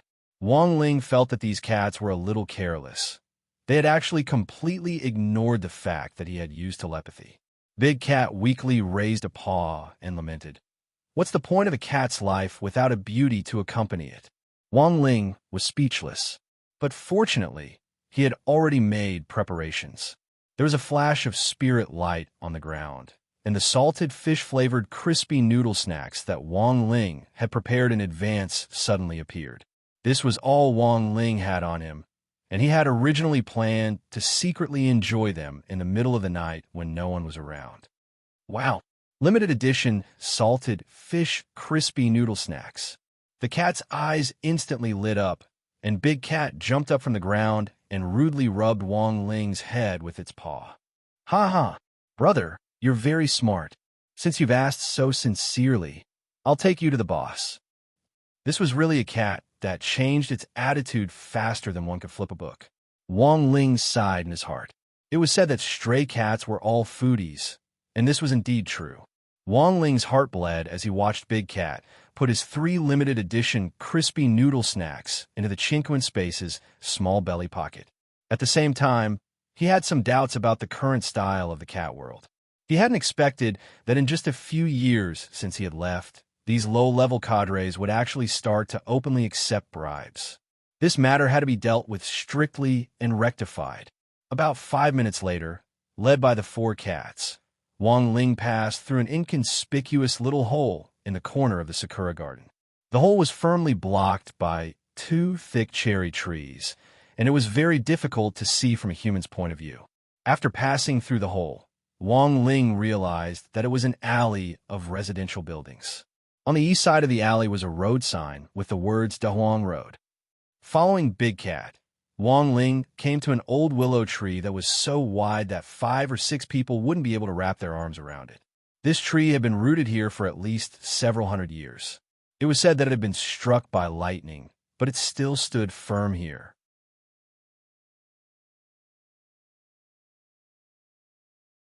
Chapter 57. Wang Ling easily jumped onto a treetop and looked around the small tree hole for a long time, feeling that the space inside was bottomless. He immediately knew that the space inside this tree hole had been developed using space expansion technology. This also proved that Big Cat Zheng Tan's IQ definitely wasn't low, otherwise it would never have had the intelligence to think of opening up a space. Big Cat told Wang Ling a little proudly that Zheng Tan had put in a lot of effort to open up this space back then. Of course, it wasn't Zheng Tan who had come up with this initial idea, but this old willow tree which had been rooted in this alley for 300 years. According to Big Cat, back then, the spirit chi of heaven and earth had gathered, and the old willow tree had developed spiritual intelligence.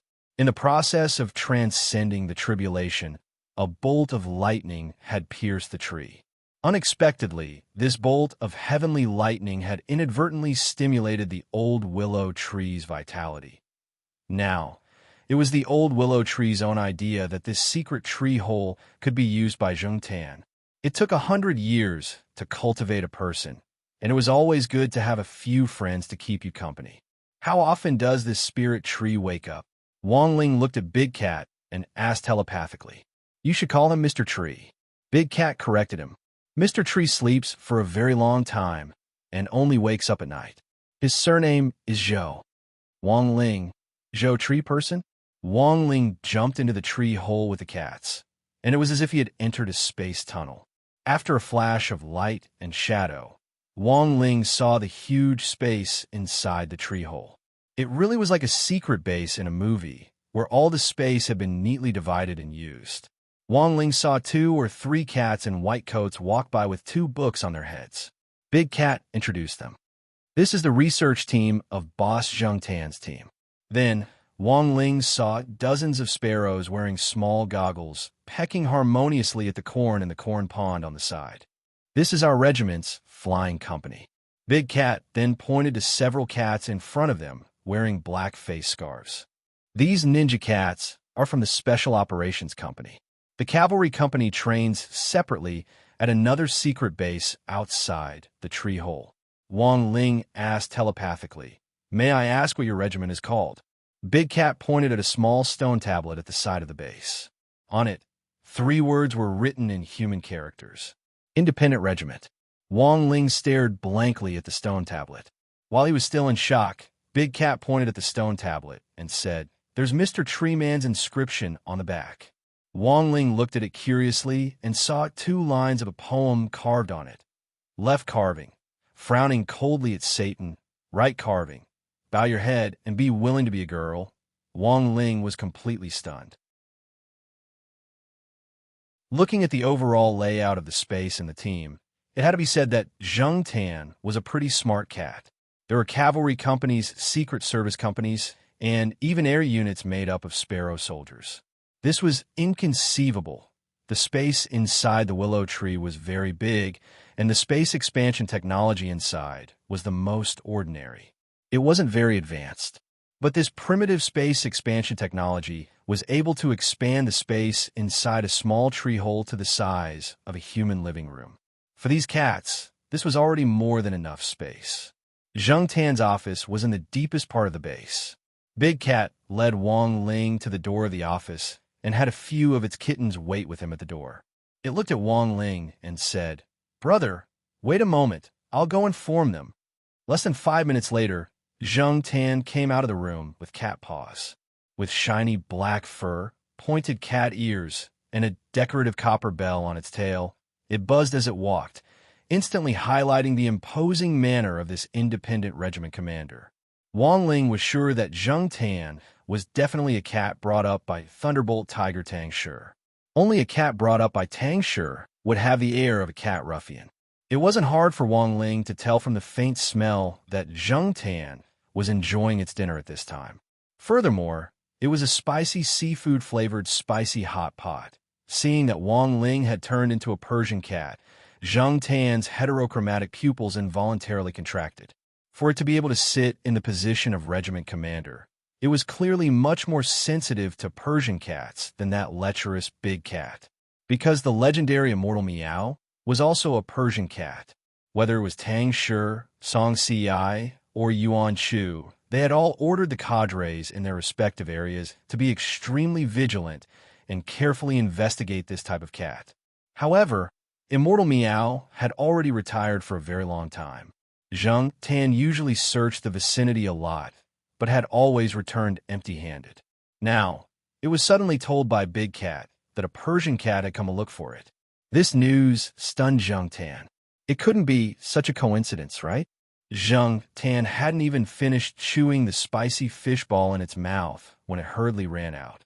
It carefully stared at the Persian cat in front of it, and then saw the cat directly sit cross-legged and slowly float in the air. Back then, Immortal Meow had only imparted some simple foundation establishment body tempering techniques to the stray cats when it had given them spiritual intelligence. It hadn't personally taught any of the stray cats any immortal magic. A Persian cat that could use the levitation spell, and when it did so, there was even a little mist in the air. There was no need to say anything more, as Zheng Tan knew this Persian cat's identity. Zheng Tan. Big cat, wow. Brother, what a great magic trick. Zheng Tan really wanted to slap this idiot next to it to death. Great your ass. This is F*** King Immortal Meow. You retard. Meow. Immortal Meow.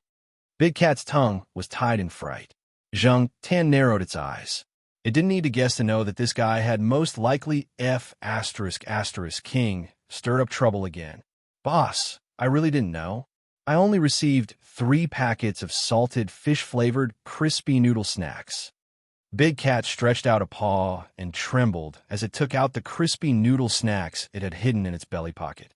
Zheng Tan slapped Big Cat's head to the side with one paw. This thing that couldn't do anything right, but was good at ruining things. Greedy for beauty and delicious food. Damn it. Deduct bonus. Deduct salary.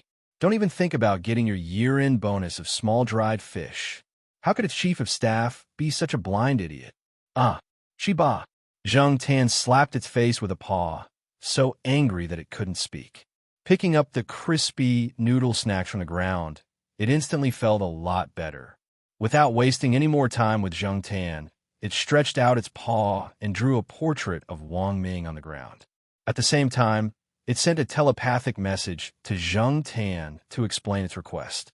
Wang Ling hadn't used this space shorthand technique ever since he had won the national art competition as a child, because it was simply too eye-catching.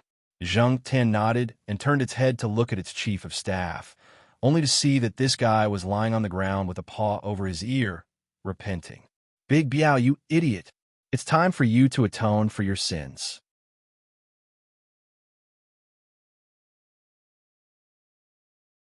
Chapter 58. It could be said that Peiyuan District was the birthplace of the stray cat team management system. After years of development, there were now more than 1,000 stray cat teams of all sizes in Peiyuan District alone. The 3 leading cat world army commanders, Tang Shi, Song Si, and Yuan Shu, were each in charge of their respective divisions. One army led 3 divisions, then one division led 3 brigades, then one brigade led 3 regiments. In terms of the scale of its construction, Zheng Tan's independent regiment could absolutely be called an ace regiment. Now that this ace regiment had all heard the order and set out in full force, the scene and scale were truly shocking. The old willow tree in the alley was just one of Zheng Tan's core headquarters. Surrounding this core headquarters were more than a dozen secret bases of various sizes on the number 59 high school campus. Furthermore, most of them were in tree holes. Now, they were like a swarm of bees. The number of sparrows alone had already exceeded 1,000. As they flew in the air, they were like locusts attacking, mighty and domineering, together with the remaining cavalry battalion, infantry battalion, special agent battalion, as well as the regular battalion. Zheng Tan's independent regiment already had more than 10,000 soldiers in all of its categories. It was almost a full division of troops. Facing the night sky, Even Wang Ling couldn't help sucking in a cold breath as he watched the Independent Regiment Sparrows swarm the number 59 high school campus in full force, as well as the stray cats appearing in the grass, treetops, and every little corner of the campus. Fortunately, it was already after school. Otherwise, it would be hard to avoid attracting attention by mobilizing so many people, and they might end up on the hot news the next day. The uncle patrolling every corner of the campus couldn't help frowning as he noticed that there seemed to be an especially large number of stray cats on campus today. On average, there were 3 to 4 of them lying on the dozen or so small benches on the campus. There were also some kittens that were openly doing indescribable exercises in public, which made the old school guard's face flush with fascination. Considering that it was spring and the mating season for animals, the old man didn't disturb the cat's pistoning exercise. After patrolling the area and finding no suspicious people, he turned off his flashlight and left under the moonlight. The truth was that these cats were extras that Zhang Tan had invited. They were used to attract the attention of the patrols, and the real troops were well hidden. As soon as the security guard left, the pairs of glowing eyes in the bushes opened. Cats had very good night vision, and their movements were fast, agile, and sensitive. When the hiding cats jumped out of the grass, they didn't even make a sound. The operation was smoother than expected. The commander of this operation was Zhang Tan, and the chief commander was a black-spotted, short-tailed cat. It was a little bald, and Zhang Tan had given it the nickname Monk. The Monk was the battalion commander of Battalion 1, and was the cat soldier that Zhang Tan was most satisfied with so far. In the 1st Battalion, the Monk soldiers had a very accurate impression of the Monk, which was that he was extremely intelligent. In the past, he had only enlightened the 3 cat tyrants and the little tigers. The other stray cats had been able to develop to this point because of the 3 cats, Tang Shi, Song Ci, and Yuan Chu. Of course, he wasn't the first to enlighten a stray cat. Nowadays, there are many cultivators who have their pets awakened spiritual intelligence. Hamsters, centipedes, turtles, rabbits, Pikachu. As long as you can think of it, they have it. It was worth mentioning that monks were born with high intellect. Back when Zhang Tan had brought the monk along, it had been quite easy and hadn't taken the slightest bit of effort. The monk had learned how to catch mice as soon as it came out of its mother's womb. Now that it had awakened spiritual intelligence, the monk could use its agility and intelligence to easily toy with more than 10 dogs in the palm of its hand. The monk stood firmly on the command platform, where the PE teachers usually directed the jumping exercises. A moment later, the cats that had been sent out to search Battalion 1 returned. Any results? The company commanders meowed at the monk for a long time, and the monk's whiskers trembled slightly. Have you searched the classrooms, corridors, and offices on every floor? Then, the results were already very obvious. Only the gym was left. What was a man doing in the gym in the middle of the night? Peeping on a female student training, and in the end being locked in the gym? Bloody hell. How bad was this person's sense of humor? As a cat that had already seen through the world of mortals, the monk already felt powerless to complain. But this was the person Immortal Meow was looking for, so the monk couldn't say anything more. Wang Ling had always felt that the stray cat force had great potential. Although they usually looked lonely and didn't have a shit-shoveling officer to look after them, they were all alone. But as long as they gathered together, they could play a very big role. Back then, uniting these scattered stray cats had just been Wang Ling's idea, and he had inadvertently sown it. Who would have thought that it would now turn out to be of great use? There was less than half an hour left. Wang Ling could sense that the power of the Dao Talisman Seal was becoming weaker and weaker. The more Wang Ling didn't dare to make any big movements, the more he was afraid that his aura would pour out uncontrollably like a flood. Fortunately, Zhang Tan soon received news from its side. A sparrow very quickly relayed the results of the frontline investigation to Zhang Tan as soon as possible. Zhang Tan nodded and looked at Wang Ling as it said, "Immortal Meow, we've confirmed the location. It's in the gym." Gym? Given his spiritual senses, it was impossible for him to not be able to penetrate the gym. Wang Ling felt that the magic treasure used by the people who had kidnapped Wang Ming definitely wasn't simple. At the very least, this magic treasure definitely had the same material as his talisman seal, which was why his spiritual senses were in a blind spot. But now that the location had been confirmed, the rest was easy. Wang Ling and Zheng Tan then arrived at the entrance of the gym, which was tightly shut. A sparrow perched on a skylight above the gym and finally confirmed Wang Ming's specific location. This guy was in the girls' locker room. Wang Ling and Zheng Tan circled around to the back of the gym and faced a thick wall. The entire gym was made of black crystal. It was very hard. There was no way it could be broken using normal methods. Of course, if the talisman seal was still in its normal range, Wang Ling would naturally be able to break it effortlessly. But the current situation was special.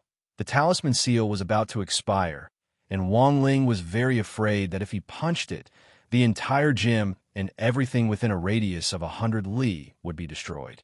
After thinking for a while, Wang Ling ultimately didn't make a move and just looked at Zheng Tan. Zheng Tan was instantly filled with deep veneration. Of course, it didn't doubt Immortal Meow's strength. How could a mere broken door stump Immortal Meow? Zheng Tan felt that Immortal Meow was clearly giving it a chance to show off. Immediately, Zheng Tan got excited and meowed loudly behind it. 2nd Battalion Commander. 2nd Battalion Commander, where's your F*** King Dolly Cannon? Bring them up here and blast this broken wall open for me.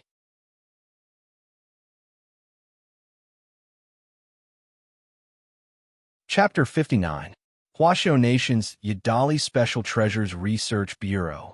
This was a place that specialized in researching special magic treasures and was very well known in Huaxiao Nation. The leader was Billy, a military firearms expert from the United States. He was nicknamed King Billy. In the past few years, King Billy had led his team in the research of special magic weapons and had made major breakthroughs in scientific research theory and technical research. It crushed all the special magical equipment research departments. Although the name Yadali Special Treasures Research Bureau had been registered for a long time, it had only become popular in the past 2 years. The special artifact developed by King Billy's team had 3 characteristics, each of which could be summed up in 3 words. It all boils down to Dolly. First of all, the word E represented surprise. Most of the special magical weapons developed by King Billy's team had this distinctive feature. It always made people's eyes light up. Secondly, big. Not only did this mean that it was extremely useful, but it also meant that it could be used a lot. Generally, special magic treasures had a limited number of uses and could not be used more than 3 times. After 3 times, the special magic treasure's unique magic halo would disappear. As for the special magical weapons developed by King Billy, each of them could be used at least 10 times. Finally, profit. This word also had a double meaning. On the one hand, it represented the convenience of using magical treasures and the simplicity of operation. On the other hand, it was also taken from the name of King Billy. It had a rather profound connotation. Over the years, King Billy's team had introduced quite a number of special magical weapons that were convenient to use. Among these magical weapons, the most popular one was the Yadali Cannon. Yadali Cannon, magic weapon usage count, 10 applicability. This product is suitable for all kinds of situations. It can easily shatter dark iron, dark crystal, and other solid materials. Instructions for use. This product uses the sound channel to fire, only effective against buildings. After the first shout of fire, the cannon would automatically aim at the target and confirm the trajectory. After the second shout of fire, the muzzle would automatically heat up and enter the charging mode. After the third shout of fire, the Cloud Dragon missile in the barrel would be launched. When the commander and the 2nd Battalion commander cooperate to fire, the power of the Cloud Dragon missiles will automatically increase by 20% for every additional female in the building. The attack power increases by 10%, with a limit of 100%. Back then, the instructions for using the Yadali cannon had been spread all over the streets and alleys. This passive effect of automatically determining one's identity and the number of females to increase its power was the most magical part of this magic treasure. Some people said that King Billy was the first person to perfectly illustrate the uniqueness of a special magical weapon. That was because the products developed by King Billy's team were all very exotic. But although King Billy's cannon was a hot product, they were not cheap. King Billy was. It was illegal for ordinary cultivator residents and commoners to use such a special magic treasure on the streets. As for Zheng Tan's Yidali cannon, it naturally hadn't been bought. Wang Ling read from Zheng Tan's memories that it had seized it from number 59 High School's former boss, Mountain Pao, around half a year ago. Shan Pao was a lustful poodle. Because it had the bloodline of a spirit dog, it had a certain level of intelligence. Shan King Dan. Days Dan Dog Treasure of In Dan Dan God. Shan Yang Dan Wolf. Shan Dan Spirit Dan Kingdom. Dan King Dog, Dan Spirit. The Yidali cannon had been Zheng Tan's spoils of war when it had destroyed the Mountain Artillery Command Center. But Wang Ling felt that the reason why such a lethal special magic weapon could fall into the hands of a group of intelligent animals was a little complicated. These stray cats respected its immortal meow. When Wang Ling had given them lessons back then, apart from popularizing the concept of team management, he had also given them psychological counseling. These stray cats respected it as immortal meow. When Wang Ling had taught them back then, in addition to popularizing the concept of team management, he had also given them psychological counseling. Wang Ling didn't know how stray cats in other places viewed humans, but at least in Peiyuan District, they had their own lives. They lived in harmony with humans. There were even plenty of righteous men who would escort ladies home in the middle of the night when they were walking alone on the streets, so that they wouldn't be attacked by criminals. Thus, Wang Ling was very confident. These cats he had trained wouldn't do anything to harm humans. However, what if these special magic weapons fell into the hands of intelligent animals who happened to have dark hearts? There was no telling what the consequences would be. When Wang Ling saw a black cat and its subordinates slowly push out a mountain gun the size of a shopping basket from a hidden haystack, Wang Ling felt that the scene was a little wonderful. With this Yidali cannon, it would definitely be easy to blast a hole in this solid black crystal wall. Furthermore, it wouldn't completely destroy the building. Of course, Wang Ling had also considered Jinka before, but Jinka was actually a little similar to him. As a sword spirit, he was still too young and inexperienced, so he didn't know what to do. Wang Ling was afraid that Jinka would cut the stadium in two with one slash. Thus, he could only pin all his hopes on this Yidali cannon, which had been developed by King Billy's team. At this moment, Wang Ling couldn't do anything else, and even had to maintain a certain frequency of breathing, for fear that something would happen to him when the power of the talisman seal weakened. Even a sneeze at this time could kill someone. However, Wang Ling could still use some simple support spells. Number 59 High School's old school guard hadn't left yet, and the sound of the Yidali cannon would inevitably attract his attention, so Wang Ling set up a barrier to isolate the sound. Zheng Tan put on its goggles and stood next to the Yidali cannon with its hands on its slender waist. 2nd Battalion Commander, are you ready? Ready. Regiment Commander. Zheng Tan nodded and pressed its little cat paw on the cannon's sensor identification area to confirm the regiment commander's identity. Following Zheng Tan's gaze, the muzzle of the cannon pointed at a certain point in the wall. Fire! Fire! Fire! 3 shots were fired, and they were majestic and magnificent. With a boom, a beam of spirit light shot straight out of the muzzle. In just a split second, a hole as tall as half a person was instantly blasted open in the wall. In the women's locker room, Wang Ming was instantly woken up by this loud explosion. Jiang Luiying stood dumbly on the spot as she watched the scene outside through the hole in the wall, her face pale with shock. On the other end of the wristwatch, a woman's voice rang out. I heard an explosion. What's going on? Jiang Luiying's mouth twitched.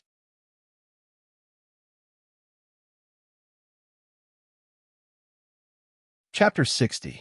Gazing at this hole, it wasn't just Jiang Luiying and Wang Ming, but also the woman on the other end of the line were silent. It was obvious that words couldn't directly convey the impact and shock of this scene in front of them. What Jiang Luiying saw was a black cat wearing goggles, one hand on its waist and one hand pressing down on the cannon as it stared at Jiang Luiying. There was a dazzling array of cats around, and behind this black cat, on the ground, on the trees, and even on the walls hung ninja cats in black. Furthermore, Jiang Luiying realized that the vast majority of these cats could actually stand on 2 feet. What the F asterisk asterisk K? If they had a pair of wings, wouldn't they all be F asterisk asterisk king surpassers? Happy possession? There were a lot of intelligent pets these days, but all of them were strictly controlled by Huaxiao Nation's quarantine department. Such a large number of intelligent stray cats had gathered here, and they were even holding a frightening Yadali cannon in their hands. In Jiang Luiying's opinion, this scale and momentum was no less than a small demon rampage. The reason why the demon beasts from the gate between worlds were so frightening wasn't just because of their destructive power, but also because of their organization and discipline. Every time the gate between worlds had invaded Earth in the past, the demon beasts on the other end had discussed the invasion plan first. The current situation was far beyond Jiang Luiying's expectations. It was very obvious that this was a premeditated and planned rescue operation, and the target of this rescue operation was actually a bunch of cats. The woman on the other end of the line was baffled. "Are you still asleep? Sis, I'm really not lying to you. You might not believe it, but there really was a bunch of cats. Oh no, a division of cats surrounding me, especially the black cat leading them. It was looking at me lustfully. Charcoal, F asterisk asterisk K. How dare you slander me?" On the other end of the line, the woman fell silent again. After an enigmatic silence, she spoke again. "I think there really is something wrong with your brain. Are you out of it? Why don't we cancel this mission?" "Sis, let me explain." Jiang Luiying was rendered speechless by her sister's words. Before she could continue, the woman on the other end of the line continued. "To be on the safe side, I'll give you half an hour to come back." After saying that, before Jiang Luiying could explain further, the woman had directly hung up. The young girl was left dumbfounded as she stared at a teacher's cat. After a brief daze, the girl rolled up her sleeves and pouted at the cats. "You little things, do you think I'm afraid of you?" The girl's strength was unfathomable, and she was no ordinary golden core cultivator. Wang Ling's eyes were like radar, and with just one glance, he could see through her. This was a rare cultivator with 2 golden cores. There were 2 golden cores in his Dantian. Their combined strength was dozens of times stronger than an ordinary expert at the peak of the golden elixir realm. The feeling of oppression from the angry girl was very obvious. Even the slightest fluctuation in her emotions was enough to make Wang Ming's face tremble like a wave. Although Zheng Tan had spiritual intelligence, it was at best a cat at the foundation establishment stage. Just a little pressure from the girl's emotions was enough to make its black fur instantly stand on end. Right after that, the cats of the division behind it all stood up like hedgehogs. Suddenly, a bald head popped out of the crowd and shouted, "Commander, watch out!" The monk, the commander of Battalion 1, pounced on Zheng Tan and threw it to the side. The cats of the guard company behind it also pounced on Zheng Tan and pinned it under their bodies. To be honest, Zheng Tan was very touched. After all, this was to protect itself, but when more than 10 cats suddenly pounced on it and pinned it under their bodies, it almost suffocated to death. "What are you doing?" Zheng Tan peeked its black head out from the pile of cats with deep resentment. "Protect the boss. Watch out for her chest," the cats said in unison. The monk nodded. "This woman's chest is the size of a normal human woman's, so I seriously suspect that it contains a weapon of mass destruction." Zheng Tan, Wang Ling, even Wang Ming sucked in a cold breath. On one hand, he had been frightened by this bunch of cats talking in human language, and, on the other hand, he was astonished by the level at which they spoke. As the strongest brain in Huaxiao Nation, Wang Ming had a basic understanding of these cats' IQs. The black cat in the lead was definitely the highest, followed by the bald cat next to it. As far as animals were concerned, Wang Ming felt that the IQs of these 2 cats might even be higher than those of normal humans. Of course, they definitely wouldn't be higher than him. Wang Ming looked at the girl. I say, big sister, haven't you noticed yet? Jiang Luiying had a dazed and puzzled expression on her face. For the first time, Wang Ling and Wang Ming, these two sworn brothers, had a tacit understanding that resonated with each other. As the saying went, big breasts and no brains, it now looked like it wasn't without reason. Big sister, given your realm, you can crush a golden core cultivator to death with one hand. Don't you realize that your oppressive might is completely useless now? This bunch of cats only have spiritual intelligence, but their actual strength isn't that strong. But now, under your oppression, they're still alive and kicking. Realization instantly dawned on the girl, and beads of sweat started to appear on her fair little face. She should have sensed it earlier. Under normal circumstances, this bunch of kittens, including this man who had no spirit energy at all, shouldn't even be able to move under her oppression, but this bunch of cats were actually playing and frolicking in the distance. Taking all these factors into account, the girl could only think of one possibility. That was, there is someone here who is even more heaven-defying than she was. That was why it was possible that her oppressive might have been affected, and that her oppressive might hadn't been able to seep out in the first place. It was like a hole that had burst a dam and was suddenly blocked. Who on earth was it? Jiang Luiying's gaze started to wander quickly between the large group of cats. At the same time, she began to release her spiritual senses frequently, as if trying hard to identify auras among them. At that moment, it seemed that the girl's IQ had finally been recharged, and she started to suspect whether there was something fishy going on between these cats. For example, there was an expert who had used shape-shifting or illusion spells to blend in with these cats. If that was really the case, it could sometimes be identified by carefully distinguishing auras. However, this method of identifying auras was only limited to when the gap between the two parties' realms wasn't too big. To be honest, if he had enough time, he could indeed calm down and play with the girl for a while longer. But now wasn't the time for hide-and-seek. There were only 10 minutes left, and the world was going to be King destroyed. And so, under Jiang Luiying's extremely stupefied gaze, she saw a black and white Persian cat amidst this vast crowd of cats. Step by step, it gracefully walked out of the crowd. At the same time, all the nearby cats very consciously made way for it. Was this it? The girl instantly became vigilant. Just as she was about to circulate her spirit energy, she felt a forced surge out of this Persian cat and pressed down on her.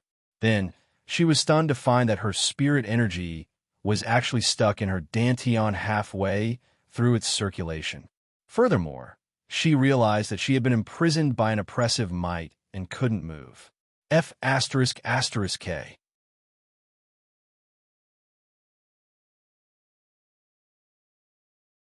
Chapter 61. A cat could actually exert such powerful pressure? The girl's shocked and pale eyes were also filled with fear. She couldn't move at all. Even her tongue was numb along with her body, and she couldn't speak. In this situation, she couldn't even use the void stone. At that moment, the girl recalled what her big sister had said, but it was too late to regret it. She should have left earlier. Wang Ling felt that the girl seemed to have misunderstood something, because he hadn't released his aura or pressure to suppress her. The reason was very simple. The release of coercion was a large-scale group attack. If he recklessly released coercion without control, not only would this girl turn into a pile of meat paste, even his idiot brother and the cat of an entire division outside would be affected and turned into dregs. So the reason why the girl couldn't move was actually the effect of the Overlord body's backlash, which Wang Ling had unconsciously activated.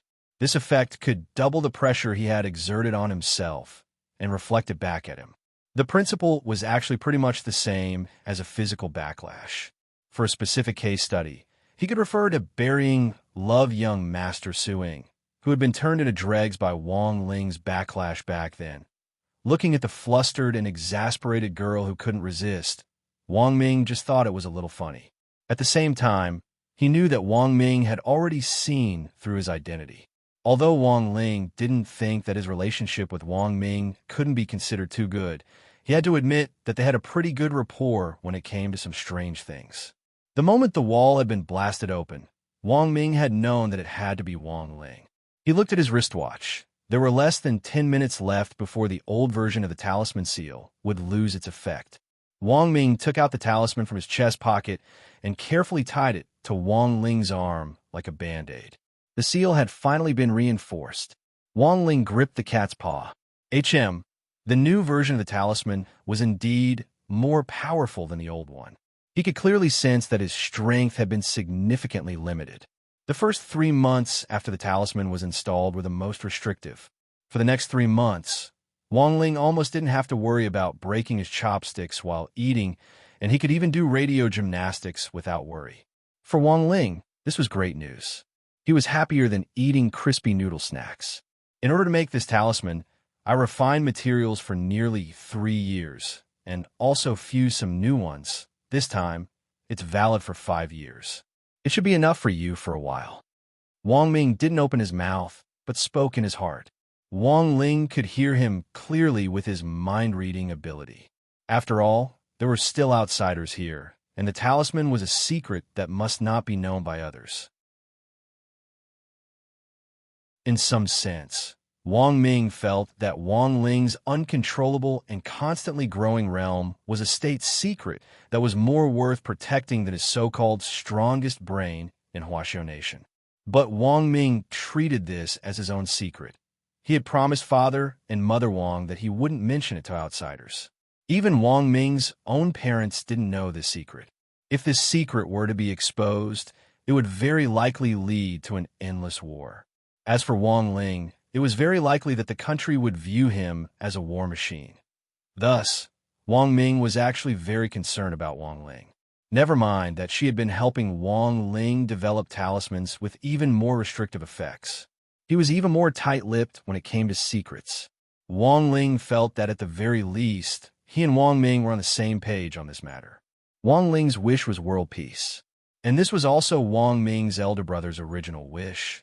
Looking at the girl who couldn't move, Wang Ming turned his head and asked Wang Ling, "What should we do with this person?" Wang Ling raised his eyebrows. What else could he do? Hand her over to the country, of course. From the very beginning, Wang Ling hadn't planned to do anything. Getting rid of a small killer like this was of no value to him. But if he handed her over to the cultivation police, it would instead be a huge boost to the investigation into the Shadow Stream incident. Get rid of one killer, but there were still thousands of killers. Helping the cultivation police to root out an international mafia den. This was the quality of a good citizen who upheld the core values of cultivation. Of course, Wang Ling didn't intend to take credit for this matter. It would be up to this Huaxiao Nation's strongest brain to sort out the final mess. Wang Ming bent down and fumbled in the girl's pocket for a moment before retrieving the stolen void stone. Then, he pointed at the girl who seemed to have been hit by the sunflower acupuncture hand and sighed in his heart. Knock this guy out first. Wang Ling pondered for a moment, and in the end did as he was told. For the first time, Wang Ling felt like these two brothers were in cahoots. At the entrance to the stadium, the entire division of cats had already dispersed, leaving only Zheng Tan, De Biao, and the monk. On the side, Jiang Luing had already been tied up by Zheng Tan and the others, and was completely wrapped up like a meat dumpling. Zheng Tan gripped Wang Ling's little white paw tightly, crystal tears welling up in its eyes. It's so great to be able to fight alongside Immortal Meow this time. Don't worry, Immortal Meow. Our regiment's engineering team will repair that hole overnight. Wang Ling. Wang Ling recalled the research cats in white coats he had seen at Zheng Tan's base before. Coupled with this engineering team, Wang Ling felt that in another 2 or 3 years, they would be able to F***King build missiles. Wang Ling didn't say anything, and only buried his shock in his heart before waving goodbye to Zheng Tan and the other cats. Zheng Tan and the other cats watched Wang Ling as they waved their little paws until he disappeared at the end of the road.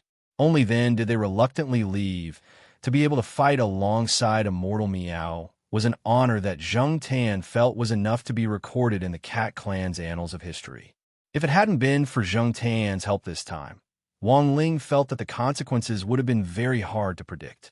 Wang Ling had only taken a few steps away from Zheng Tan's line of sight when he suddenly sensed a familiar aura nearby. It was Old Antique's aura. Wang Ling probed it with his spiritual senses, and sure enough, he found that Old Antique and Director Xie were strolling hand in hand not far away. They were approaching him little by little. Wang Ming was also startled by the sudden appearance of these people, but he quickly smiled and took the initiative to greet them. Yo, hello, teachers. Wang Ming knew it was time to show off his acting skills. Director Xie was startled. Why were there still parents at school at this time? Director Xie found it very strange. In order for the Spirit Sword Exchange meet to go smoothly tomorrow, she had already given the order that all teachers in charge weren't allowed to stay in class today. This was to prevent lawbreakers from sneaking into the school as parents. Hence, Old Antique and Xie Huaichuan were instantly on high alert at Wang Ming's appearance. This wasn't the strangest thing. The strangest thing was that there was an unconscious girl wrapped up like a dumpling next to him. Was this cosplay or bundled up? You are. I'm Wang Ling's older brother. My name is Wang Shaoer. I'm here to see Wang Ling. Wang Ming took out his ID card. Oh, Wang Ling's older brother. Old Antique looked at the ID card to confirm Wang Ming's identity, then turned to look at Director Xie and said, Wang Ling is my student. He's also here for the Spirit Sword Exchange meet this time. Oh, I see. Hearing Old Antique's explanation, Director Xie let down her guard a little. What are you doing here at this time? I was originally going to look for Wang Ling, but before I could find him, I ran into a Shadow Stream Gold Ribbon Killer who was here to scout out the school. Then I took care of her in passing, so I wasted some time. Wang Ming pointed at the dumpling on the ground. Shadow Stream Gold Ribbon Killer. Director Xie was shocked. A killer sneaking into the school without a sound was a big deal. What evidence do you have to prove that she's a Shadow Stream killer? Director Xie was still skeptical about the girl's identity. Furthermore, Old Antique also had his doubts. They had no reason to completely believe a stranger's words. If the two teachers don't believe me, you can look at the ribbon on this girl's arm to verify it. When Zheng Tan had been doing the bundling up just now, Wang Ming had asked it to reveal a little of Jiang Luying's arm. The ribbon of a Shadow Stream Killer was made of a very special material, which was also direct evidence of a killer's identity. When Old Antique found the ribbon on the girl's arm, his heart was instantly shaken. It really was a Shadow Stream Gold Ribbon Killer. Old Antique was almost more sensitive to things from the world of killers than an ordinary person.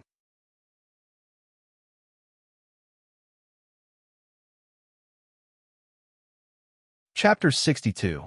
After that, this 36D girl, who was very likely to be the legendary master of Shadow Stream, was taken away by the cultivation police for interrogation that very night, along with Wang Ming. As a direct participant in this matter, Wang Ming had to go along and give a statement. Old Antique and Director Xie walked Wang Ming to the school gate, and Director Xie gripped Wang Ming's hand tightly. It's all thanks to Mr. Wang's timely intervention that we were able to nip these criminals in the bud. Otherwise, the consequences would have been really hard to predict. Teacher Xie, you flatter me. This is what I should do. Upholding justice and upholding justice. This has always been a cultivator's principle, hasn't it?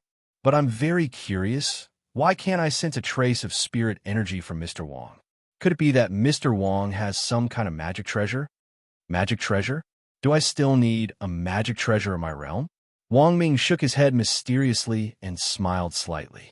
Before Wang Ming could finish speaking, Director Xie, an Old Antique, instantly understood. Since he wasn't using a magic treasure to hide his aura, the only remaining reason was that this Mr. Wang had an extremely high realm to begin with. Otherwise, this Shadow Stream Gold Ribbon Killer wouldn't have been taken down so easily. On the side, Old Antique couldn't help sighing. I never expected Mr. Wang to have such unfathomable strength at such a young age. It really makes us admire you. Wang Ling. This guy was 2F*** King easy to fool, wasn't he? Mr. Wang, is this your cat? It looks like it's been following you. As he spoke, Director Xie noticed Wang Ling. Wang Ling had been worried that this killer girl would wake up halfway, which was why he had been following Wang Ming. On the way here just now, he had been wondering whether he should stab the girl one more time to knock her out even more thoroughly. Only now, after seeing the police stick a Dao talisman seal on the girl wrapped up like a dumpling, was Wang Ling able to breathe a sigh of relief. Wang Ming had come to give him the talisman without asking for his authority. Thus, Huaxiao Nation's officials hadn't sent anyone to protect Wang Ming. If something happened to this most powerful brain here, even Wang Ling himself couldn't imagine how many people would be alarmed by this incident. First of all, a thorough investigation of number 59 High School and number 60 High School was unavoidable, which would be very bad for hiding his identity. Although he really didn't want to admit it, he couldn't deny that he and his dumbass brother were locust tied to the same rope. Thus, after thinking it over, Wang Ling decided to follow Wang Ming for now. In any case, he had to wait for the police to arrive and ensure Wang Ming's safety first. Who knew that Dean Xie would suddenly notice him? Some people's idiocy was reflected in their IQ and EQ, but Wang Ming's idiocy was more reflected in the details of his life. For example, indulging in beauty or pretending to be a cultivator. Wang Ming's emergency response was usually pretty quick. Director Xie said that this cat, maybe there's something about me that attracted it, so it followed me. Wang Ling, attract your furball. Hearing Director Xie mention Wang Ling, Wang Ming smiled sinisterly.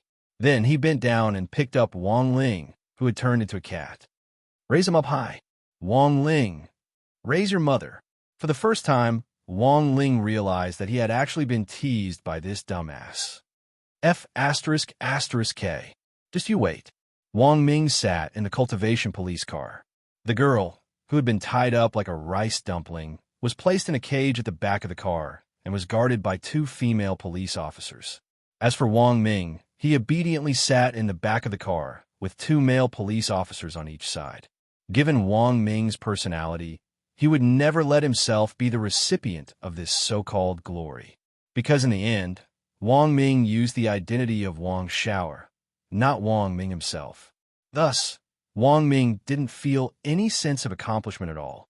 The only thing that Wang Ming felt gratified about was that he had actually teased his stupid duo on this trip to number 59 High School to deliver the talismans. Although he hadn't been able to find an opportunity to challenge Wang Ling for the 100th time this time, Wang Ming still felt that this trip hadn't been in vain. But Wang Ming felt that this trip hadn't been in vain this time. On the way, Wang Ming analyzed the 2 police officers' expressions, which looked as if they had eaten shit, and concluded that they had definitely just gotten off work when they had been notified to rush over. They caught a big fish this time, and overtime was definitely unavoidable, so they were clearly in an exceptionally bad mood right now. The 2 police officers stared at Wang Ming. If possible, would Mr. Wang please show me your ID? To save time, let's start taking the statement now. Wang Ming obediently handed over his ID, but when the 2 police officers saw the name and place of birth on it, they were stunned on the spot. Fragrant Pavilion and Water Pavilion, Yunding Heavenly Palace, Tianba City, Huaxiao Nation. There was one in Tianba City, but what the hell was Fragrant Pavilion and Water Pavilion in Yunding Heavenly Palace? The 2 police officers stared blankly at the place of birth on the ID for a long while. Then, they looked at Wang Ming with a pained expression. Mr. Wang, can you stop joking at a time like this? Wang Ming felt very wronged. I say, comrade police officers, do you think you can tell if my ID is real or fake with your eyes? Mr. Wang, do you know that if you use a fake ID, you'll be arrested for tea? Oh, pooh, it were Longjing. It would be even better if you had a 82 Sprite. The 2 police officers had to work overtime today, so they weren't in a good mood. Now that they were being teased like this, one of the police officers gave Wang Ming an angry look. Then do a test. If it turns out to be fake, I'll detain you for 15 days. Do as you wish. Wang Ming shrugged fearlessly. Thus, 2 minutes later, the 2 police officers in the car saw a verification list drawn up by the ID card scanner. After carefully reading through this long string of mysterious characters' experiences, the two of them stared at the line. The above information has been verified by Huaxiao Nation's National Cultivation Police Department in unison and fell into deep thought. Furthermore, they started to doubt their lives. Less than half an hour after Wang Ming had entered the police station. To take his statement, a limited edition Aiguanhai Black War Chariot stopped steadily at the entrance of the cultivation police station. Two researchers in white coats hurriedly got out of the car and rushed to the police station. They brought Wang Ming out of the police station in less than 5 minutes. When the two police officers who had been responsible for taking Wang Ming's statement arrived at the entrance, they were astonished to find that the chief had actually come to the entrance to see them off. He waved goodbye to Wang Ming with an apologetic smile on his face. The two police officers were stupefied. Who on earth was this person?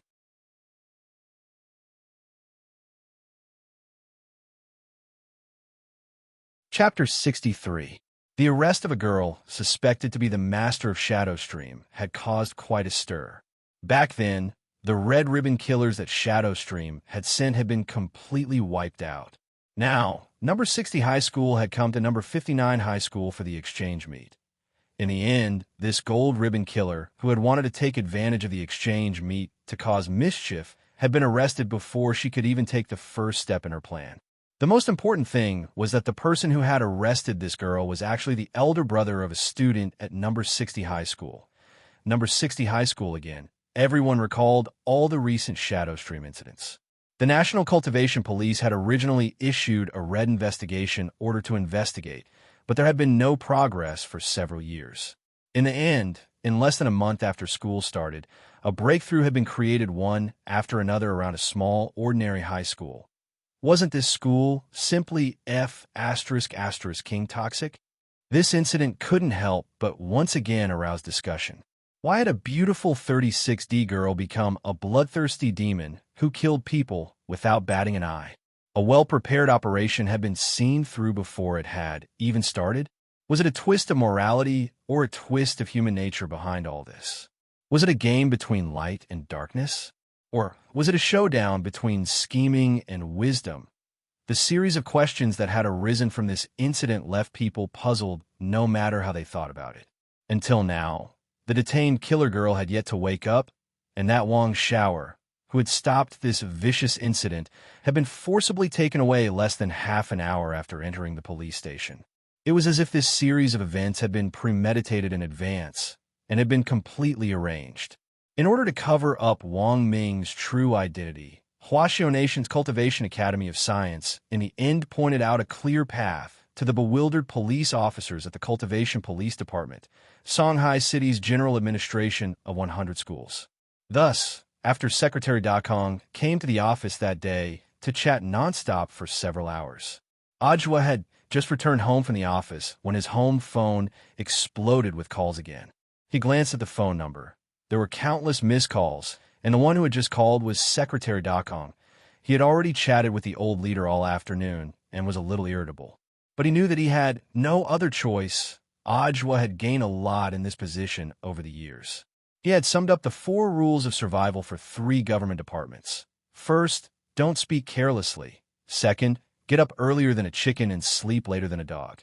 Third, work more than a donkey and eat less than a pig. And fourth, and most important, the leader's call. Never, never. I can't die. He didn't know what the old secretary, who had talked to him for the whole afternoon, would talk about. In the end, Ajwa picked up the landline. The landline now was a holographic projection. As soon as the call was picked up, Secretary Dakong's face was projected into the void. Ajwa lived in an apartment for staff arranged by a government agency. Now that the government was promoting the fight against corruption, they wanted to embody the cadre's spirit of working hard and serving the people wholeheartedly. Therefore, all the cadre's apartments did not have any space expansion technology. This directly led to a problem. That was the relatively narrow space which caused the holographic projection to look oversized. When he picked up the phone, he almost couldn't help laughing out loud. In the holographic projection, Secretary Dakong's nostrils were bigger than his head. "Hello, little Zhuozi. Ajwa was almost startled when he heard Secretary Dakong's voice on the other end of the line. Little Joisy? This form of address is a little intimate. To be honest, Ajwa felt a little overwhelmed by the favor. It's already so late. Is there anything else, Secretary Dakong? Little Joie, I really couldn't tell that you're so good at pretending. When I was in the office with you this afternoon, your expression didn't change and your heart didn't jump. So you were secretly planning and observing in secret to give me a surprise, right? Ajwa, hey, don't deny it. Hurry up and tell me. Did you plan to catch that girl suspected to be the master of Shadowstream? Ajwa, I have to criticize you for this. After all, she's a gold ribbon killer.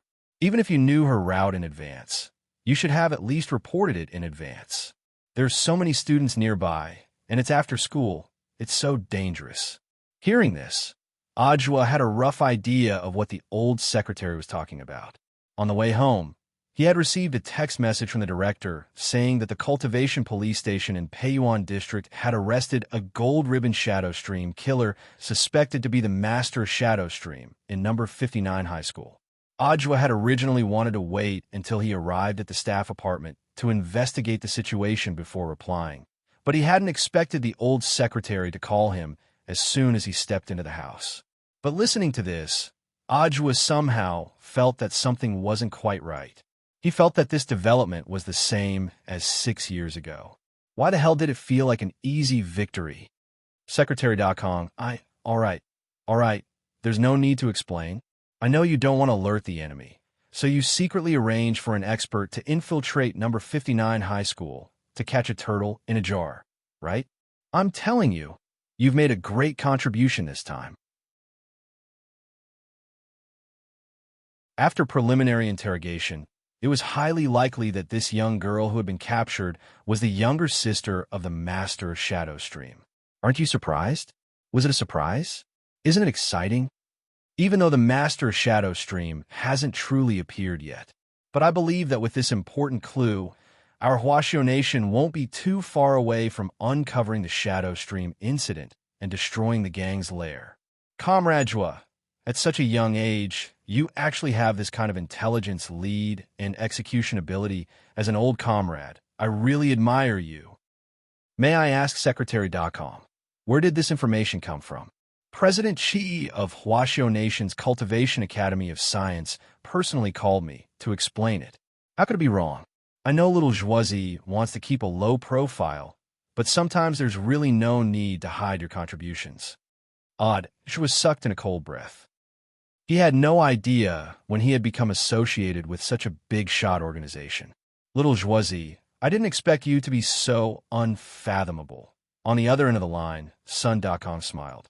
At first, the higher-ups were considering whether or not to promote you. They were worried that you were too young and wouldn't be able to handle it. But I didn't expect that not only would you keep a low profile, we just investigated your group survey and found that your reputation is at the top of Songhai City's cadres. Don't worry, with today's incident as a foundation, just wait for your promotion. Ajwa. Also, remember to prepare well for the program. I'll be waiting to see your sky-parting sword at the Spirit Sword Exchange. Meet tomorrow.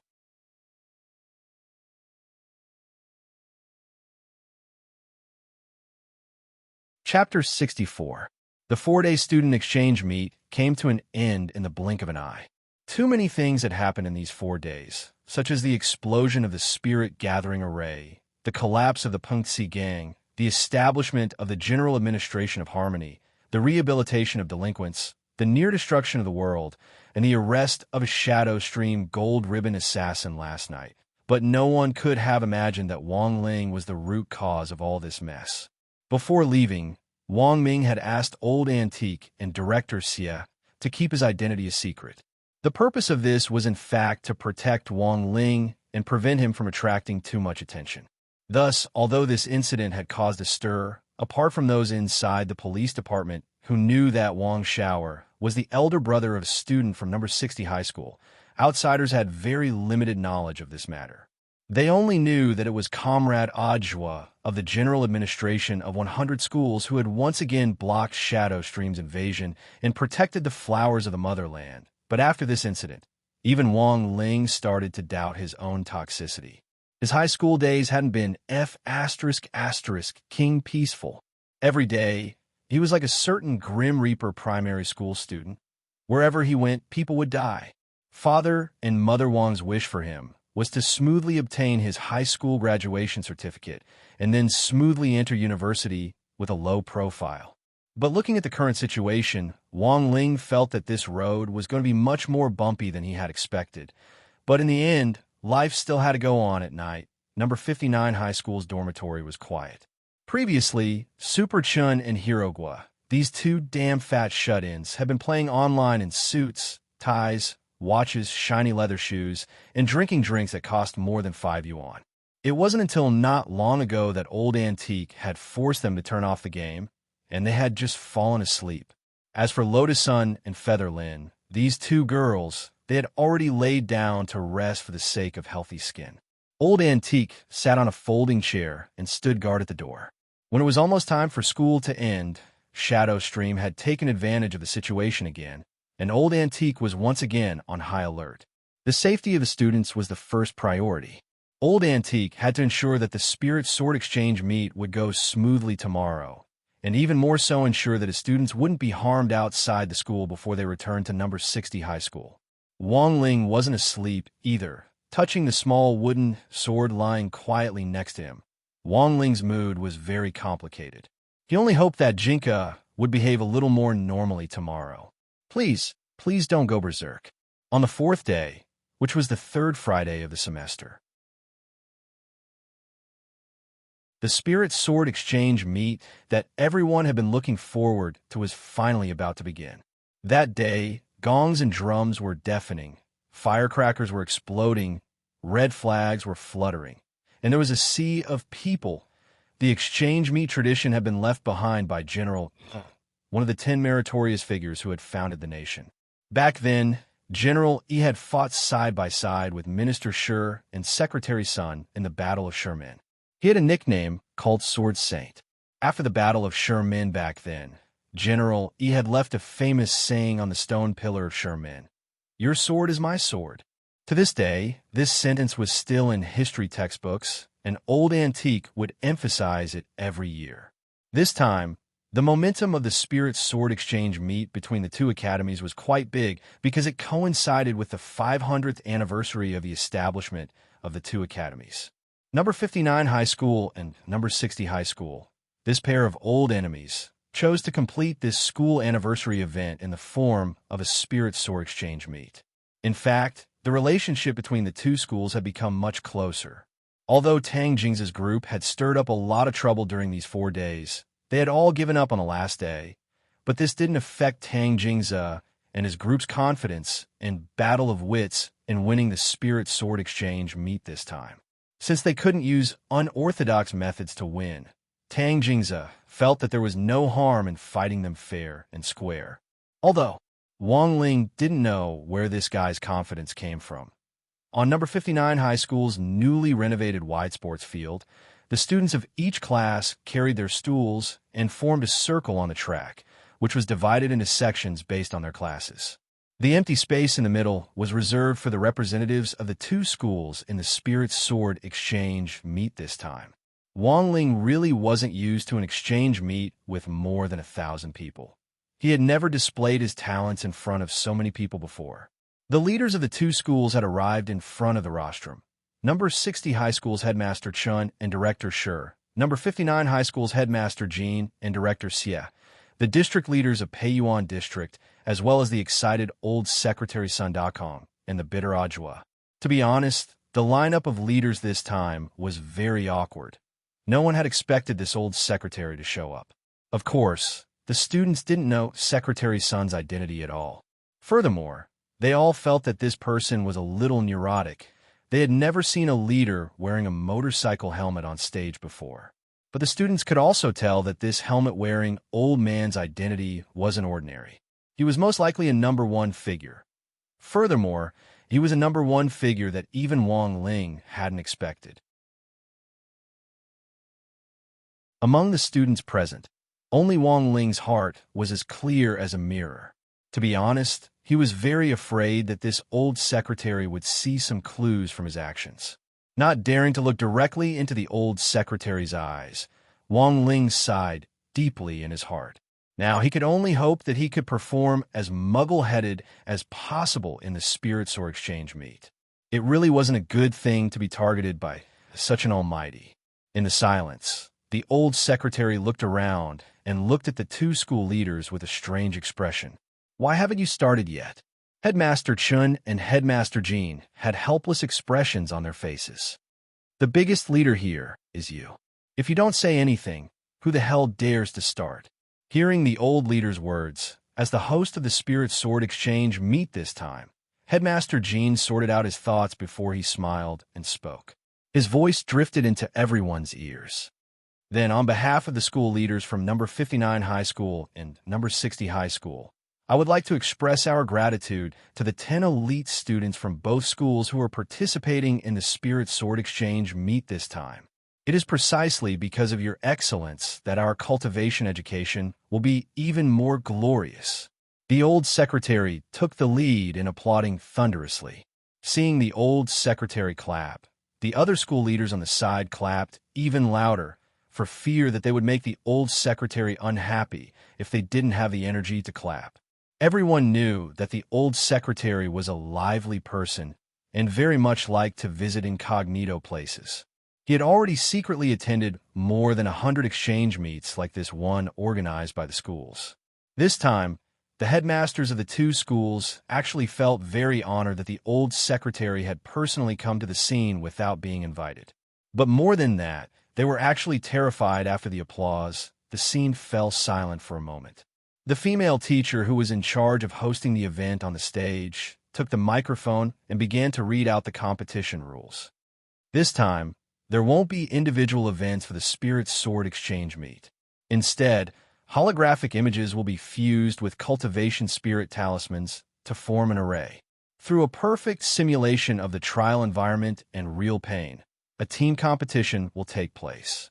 Finally, the team's victory will be decided based on the number of points it obtains in the event.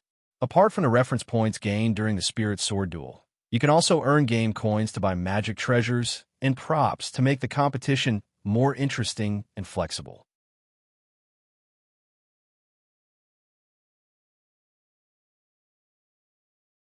Chapter 65. The competition system this time seems a little different from the ones I've seen in the past. Hearing the rules of the competition from the female host, the old secretary's eyes instantly lit up. In the previous Spirit Sword Exchange meets, the students basically had to show off their talents, and then the judges would grade them according to how smoothly they controlled their swords. It was both procedural and patterned, and it could be said to be boring to the extreme. But this time, the competition system was based on the team's point of view. The judges were eliminated, and the entire scoring process was handed over to the system as a comprehensive judge. This kind of scoring wasn't subjective, and was instead more fair and just. Headmaster Jean smiled slightly. The competition system this time was personally proposed by General E at the Standing Committee meeting, and it will be implemented by our two schools. This female host's explanation is a little complicated. Is there a simplified version of the competition rules? To put it simply, this competition is more like a 5v5 MOBA game. There are 3 paths, each of which contains an outer tower, a second tower, and a high tower. The students are free to choose the path they want to defend until they destroy the enemy's base crystal. After entering the game, the students can also choose one of the system's built-in functional skills. So far, only Teleport, Ignite, Heal, and Flash have been unlocked. Overall, it's more interesting and confrontational than before. Headmaster Jean said, after officially entering the virtual space, the students' data, including the spirit swords they are wearing, will be converted into data. The system will compile the data and convert the students' overall strength into data. The value of the spirit sword will be estimated based on its score. There are 2 things that the students have to do. First, they have to develop steadily and absorb the experience of small soldiers or wild monsters to grow. After the data is converted, the student's overall strength will be divided into 20 parts, which are 20 levels. Each increase in level unlocks 5% of their strength. After reaching the maximum level, they will have their original true strength. Second, they have to collect as many game coins as possible in a short period of time to exchange for small magic treasures, and finally synthesize their own spirit sword. That's not bad. Secretary Sun nodded. The leveling up mode is very challenging. Furthermore, synthesizing spirit swords will also help them improve their rapport with them. But how is the value measured? To ensure fairness, the stronger the spirit sword, the higher the value. For example, student Lotus Sun's Mysterious Sea sword has already nurtured a sword spirit, so there are a lot of small parts that need to be collected and synthesized. I estimate the total value to be around 5,000 game coins, Director Xie answered on the side. Just as the leaders on the stage were whispering to each other, the female host on the high platform said, "Next, I announce the activation of the array. The game officially begins." The current formations were very advanced and were all voice-activated. Before the formation was set up, the female host's voice had already been recorded. Therefore, after hearing the order, a green light immediately appeared on the large field. Buzz. Then, a green pillar of light that connected heaven and earth appeared in front of everyone's eyes. The people from number 60 high were the first to step into the beam of light. To the naked eye of the onlookers, they gradually disintegrated into particles and disappeared along with the green beam of light. "Let's go too." Tang Jingze and the others gritted their teeth and led Fong Huaqing, Liang Wei, Liang Zheng, and Liang Fei into the pillar of light. The students from both schools entered the virtual space one after another. What happened next could only be seen through the big screen on the field. This time, the map was strictly based on the common 5v5 MOBA game design. There was also a stone tablet erected next to the red and blue bases, which shamelessly had the words Cultivator's Ravine carved on it. The crystal tower, the base, and even the monsters in the jungle had been perfectly restored by killing the small soldiers sent out by the base every 30 seconds and the monsters that constantly spawned on the map. You could obtain the corresponding game coins to synthesize the magic treasures you needed. The ultimate way to win was to destroy the enemy base. Although Wang Ling rarely played games, he had some understanding of the basic rules of this type of game. In addition to being confrontational, this type of game also had to consider the operational aspects of the team. The key was to synthesize the most offensive magic treasures as soon as possible. But because this was a spirit sword exchange meet, as soon as they entered the store, they realized that apart from the spirit swords they were carrying, which had been converted into data, there were almost no other offensive magic treasures. Furthermore, although everyone's spirit swords were in the store, they were bound to each other, and apart from their own swords, no one else's spirit swords could be bought. As for the rest of the magic treasures, most of them were functional or defensive. General Yi had personally designed these things, and no one had known the attributes of these magic treasures before. They relied purely on on-the-spot application and performance. F***K. There are so many things. Won't it take us until tomorrow morning just to read the instructions? The hell? Why is my climbing dragon sword so cheap? Only 998? There's something wrong with the system's data analysis. After the group from No. 59 High School entered the virtual space, they spent a full 5 minutes discussing their route and another 10 minutes browsing through the treasures in the shop. In contrast, number 60 High School was much more harmonious. Sometimes, having someone who talked to themselves could indeed save a lot of time. Then it's decided.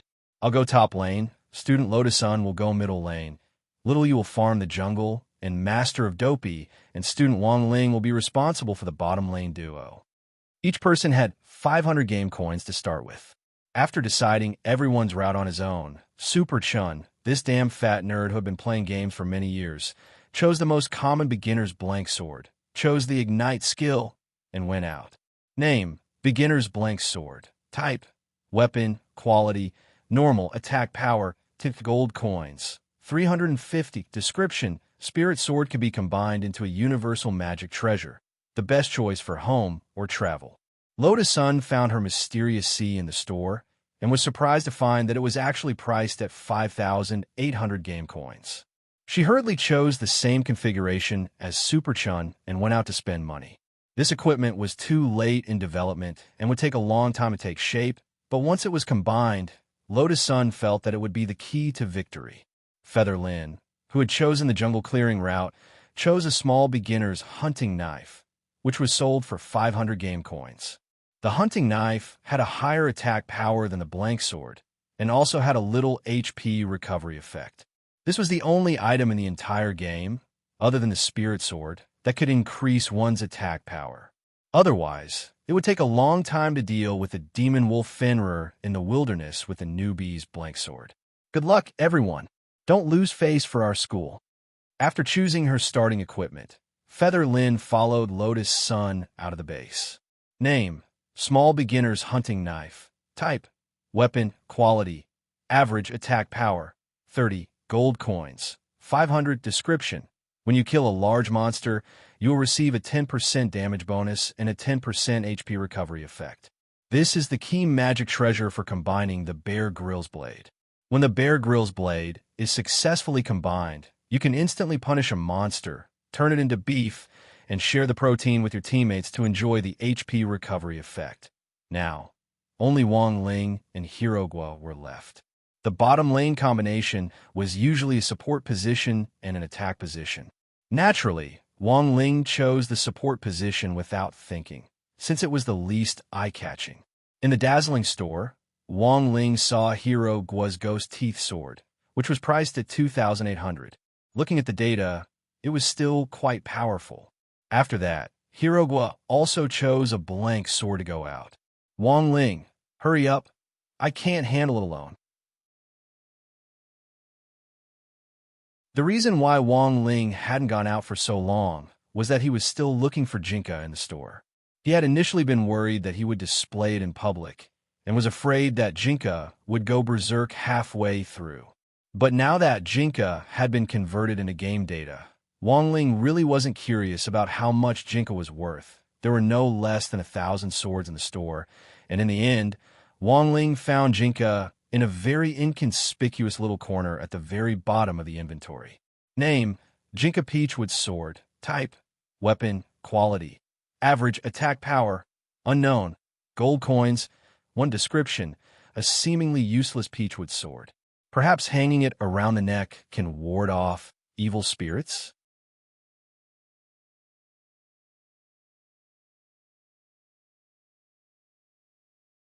Chapter 66. At the same time, on the field, many screens were flashing, taking care of all directions. Thousands of students gathered on the field were watching this novel team competition. Some were watching silently, some were deep in thought, and some were whispering to each other. Under normal circumstances, this kind of team duel game would have professional commentary. However, this time, Cultivator's Canyon was a trial version and had not been made public. Therefore, there was no relatively professional commentary. All the commentary matters were handled by the female teacher on behalf of the host. It was the early phase of the game, so there was basically no chance of a team battle breaking out. The female host looked at the screen in boredom. There are too many things in this shop. It's too much for my eyes to take in. The camera was moving, so I couldn't see it clearly. Even Senior Tang Jingza and the others have to look at it for so long. I don't think I'll be able to get out of this base in less than an hour. The starting coins are too little. I don't know where to start. Below the stage, the students discussed spiritedly. Even the old secretary on the rostrum frowned slightly. This dazzling array of Dharma treasures is indeed a headache. For students who have difficulty choosing, I'm afraid they will waste a lot of time in this store. This time, the system used in the brand new 5v5 competition is only a trial version. In the future, in the regular version, the magic treasures in the store will probably be reduced by 60 to 70%. But that's good too. There are more things in this shop.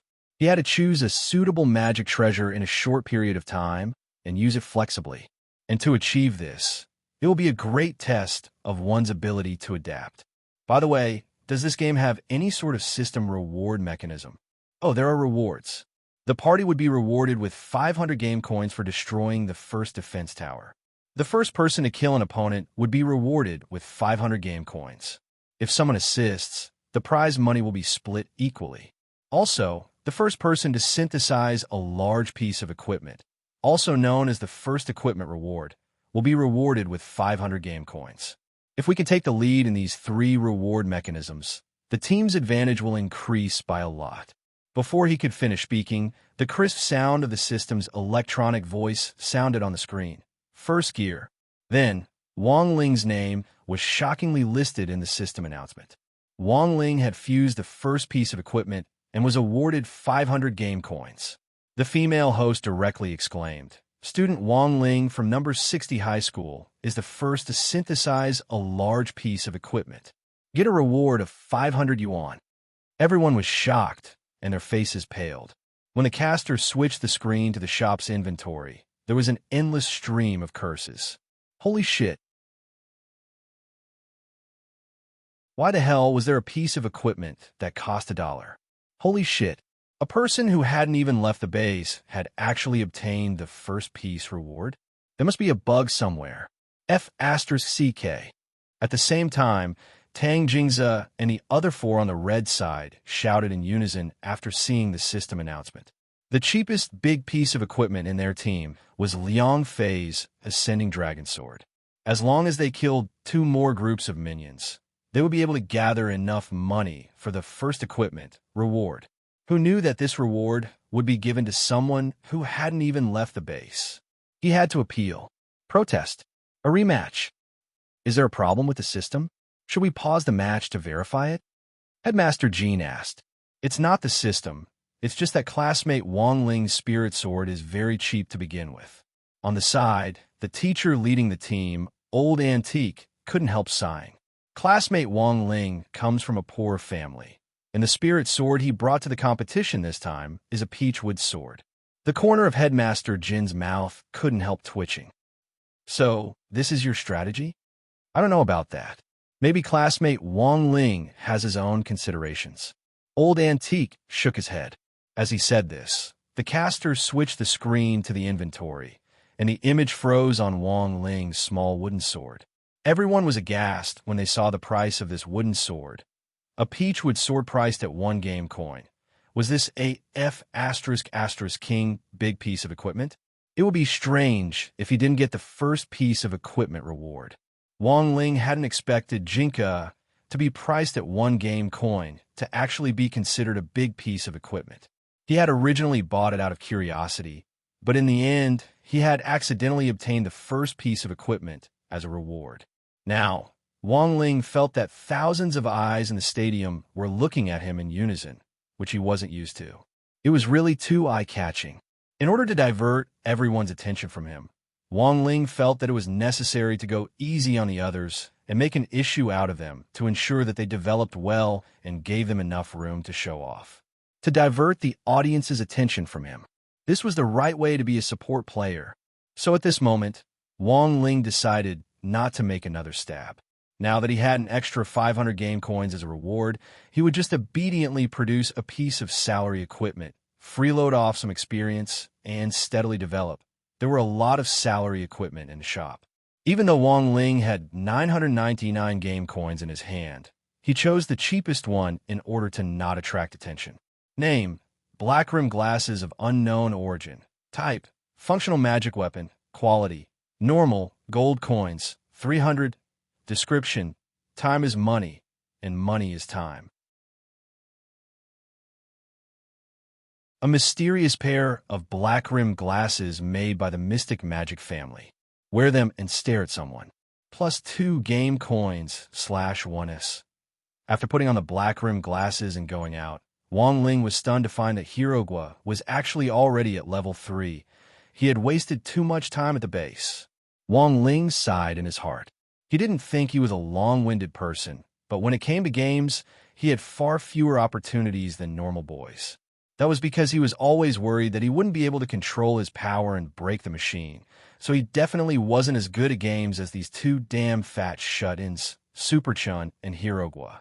But now that he had a new version of the talisman, At least for the next 3 months, Wang Ling's apprehensions could be largely dispelled.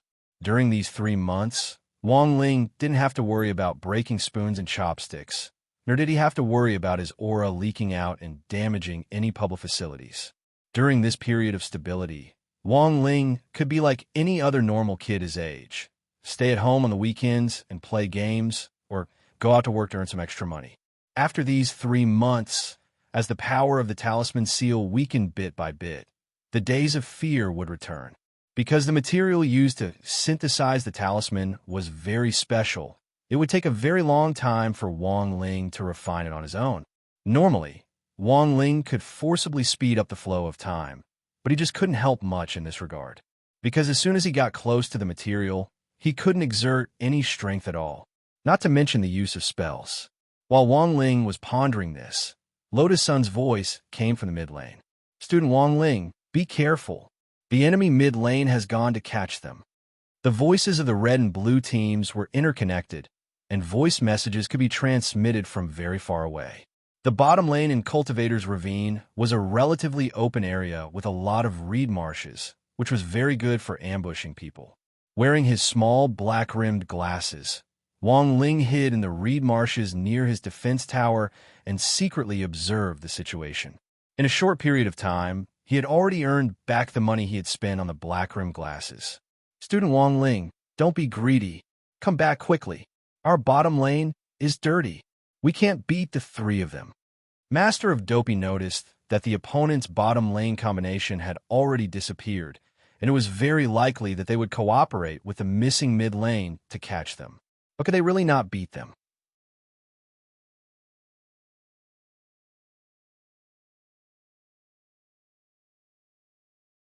Chapter 67. The system digitized everyone's strength and divided them into 20 levels. Each increase in level unlocked 5% of their strength, but Wang Ling realized that this kind of digitization didn't seem to have any effect on him, because he wasn't a Foundation Establishment cultivator to begin with. Up until now, he had been faking his realm at school. Foundation Establishment high schools were filled with students at the Foundation Establishment stage, and the system settings for this trial version of Cultivator's Canyon naturally restricted the digitization to those at the Foundation Establishment stage. In other words, Wang Ling hadn't truly digitized himself like everyone else.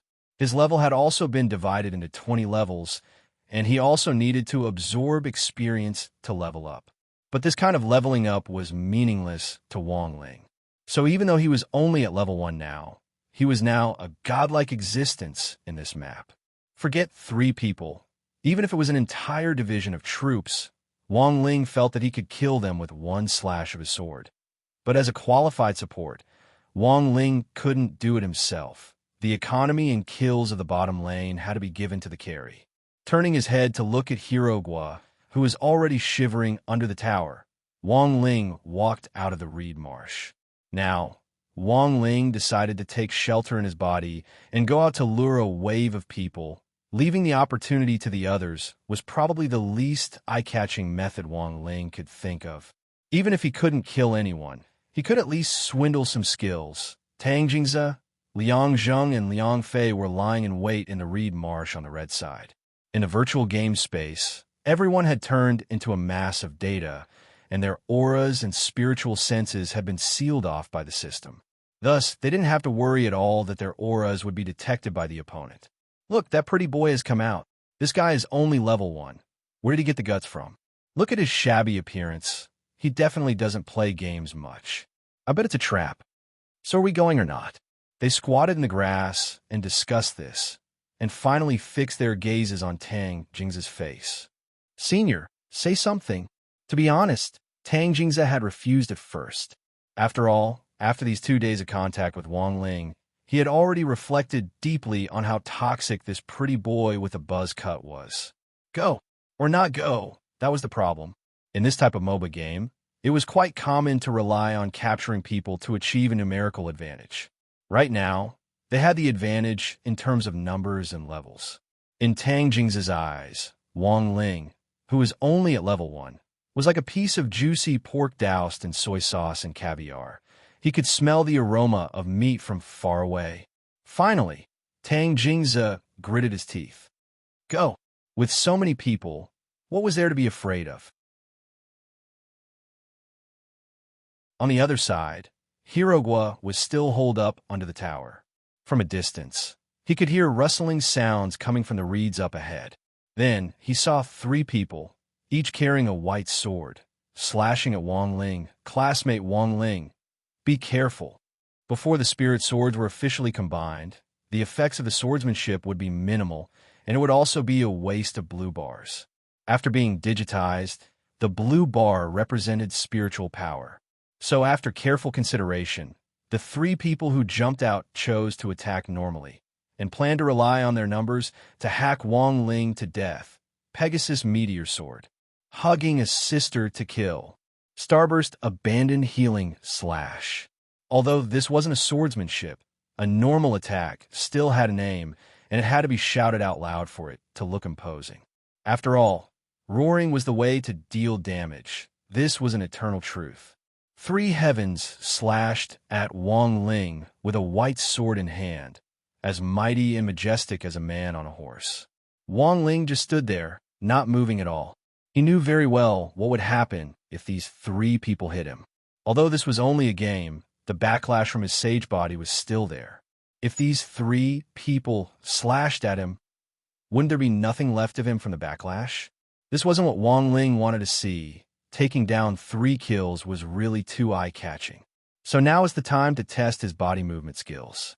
Wang Ling had learned many of his skills without a teacher, and he had rarely had the chance to use skills that were so lethal since he was young.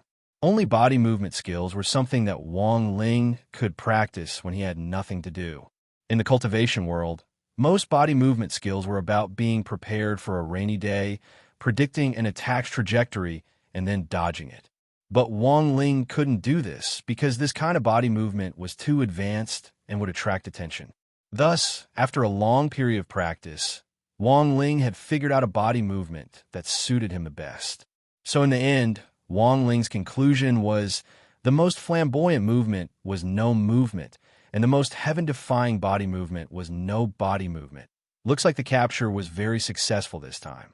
First blood is about to be born in the bottom lane, Headmaster Jean said solemnly. The female host exclaimed, now number 59 high school's Tang Jingze, Liang Zheng, and Liang Fei are the first to attack student Wang Ling, who has misunderstood the power of abdominal muscles.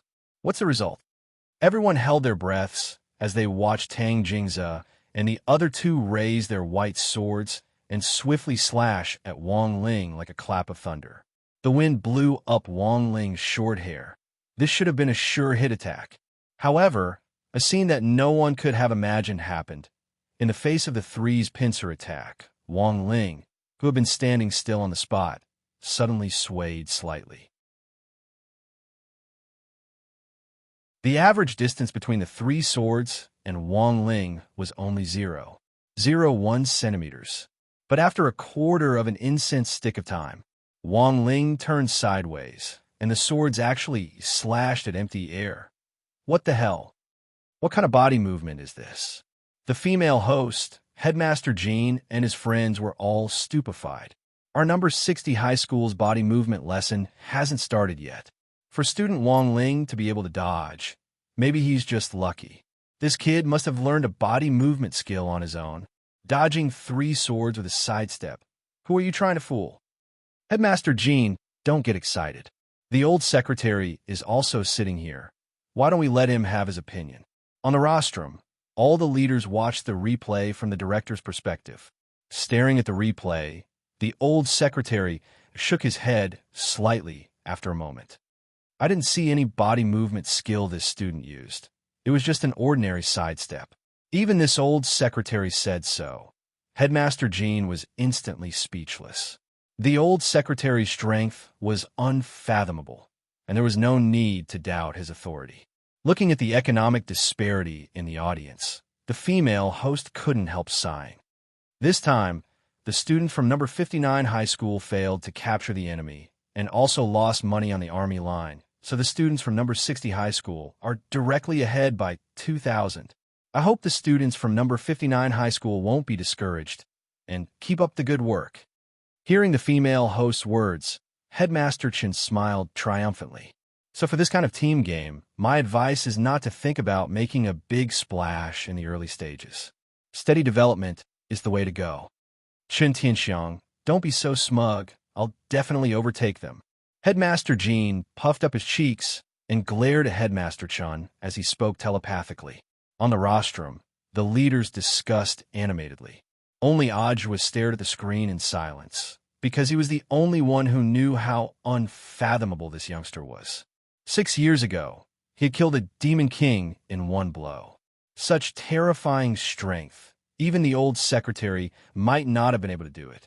But Ajwa hadn't expected that after searching for Wang Ling for so long, the other party would still seem to have sensed him and use all sorts of methods to avoid him. And when they finally met again after 6 years, it was actually at this spirit sword exchange meet. Looking at Wang Ling's youthful face, which had matured a little, and at the same time looking back at that childish little face from 6 years ago.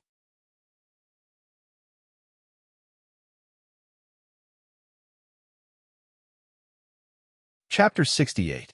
The most heaven-defying body movement was to have no body movement at all. In this world, there was no attack that Wang Ling couldn't dodge with a sidestep. If there was, then he just had to do it again. Wang Ling felt that all his hard work in cultivating all these years hadn't been in vain. Even the old secretary couldn't tell what kind of body movement this was, which showed that his 100% sidestep body movement was already very stable. Of course, Wang Ling didn't think this was a big deal. He had just combined the most powerful body movement with his own ideas and simplified it to the greatest extent possible. Those devilish steps, those wild and evil phantoms, the speed of 90,000 li. After simplifying all these coquettish things, the real body movement technique was actually just a simple sidestep. Wang Ling's own style was to begin with. Compared with those gaudy and bewitching body movements on the market, Wang Ling felt that most body movement techniques had been demonized. Furthermore, the more complicated they looked, the more expensive they were. What left and right horizontal jump, what 3,000 thunderclaps, what snakeskin phantom. These body movements were just exquisitely packaged accessories based on his sidestep. They were so complicated that they were like Superman's underwear. They didn't have the effect of making him bigger. They looked good but were useless. Classmate Wang Ling, you're so cool. Damn, you actually dodged a pincer attack from 3 people with a sidestep. How did you do it? Master Dopey was stunned by Wang Ling's actions. Overwhelmed by shock, it seemed that his ability to think had already broken through the limits of a human. For the first time, Master of Dopey felt that his IQ wasn't enough. He didn't even understand how Wang Ling had dodged the pincer attack at all. He just felt that Wang Ling's sidestep had been very ingenious.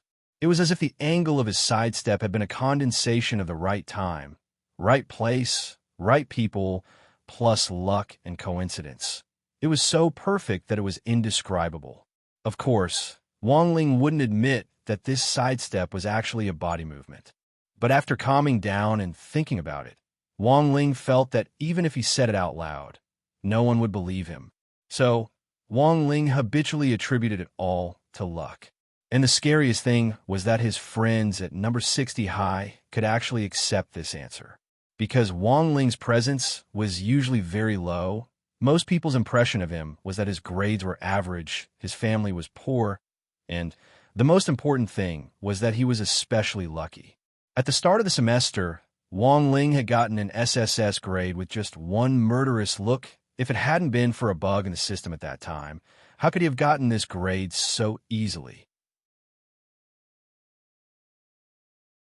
Thus, his friends in the upper and middle fields sent congratulatory messages. Featherlin. Classmate Wang Ling is so beautiful. This wave is very strong. Super Chun. Double-click 666. There's nothing wrong with old iron. Lotus Sun. Hee, as expected of our number 60 high school's mascot. Wang Ling. In the 22nd minute of the match, the economic gap in the field had widened to nearly 3,000. Number 59 high school was still at a disadvantage, and the situation was still snowballing. The main reason was that Tang Jing's group had been completely bewildered by the failure of the previous 3 grabs. Until now, they still hadn't found a good opportunity to turn things around. "Brother Tang, we can't go on like this. Should we look for another opportunity to grab them?" The bottom lane duo, which Liang Zheng and Liang Fei were in charge of, began to talk telepathically. "After the last round of disadvantage, those 2 guys on the other side have been pressing us to grind down the tower. Now, the tower's HP has dropped to half. If we keep grinding, we'll lose all our skin." Tang Jingze looked at his equipment bar. Since the failure of the previous 3 grabs, he had been at a disadvantage. On the other side, Lotus Sun had already made a 3rd white sword in her equipment bar and was about to make a 4th to synthesize a big treasure sword. And he had only just made his 2nd sword. This woman was really too strong. Tang Jingze was at a huge financial disadvantage.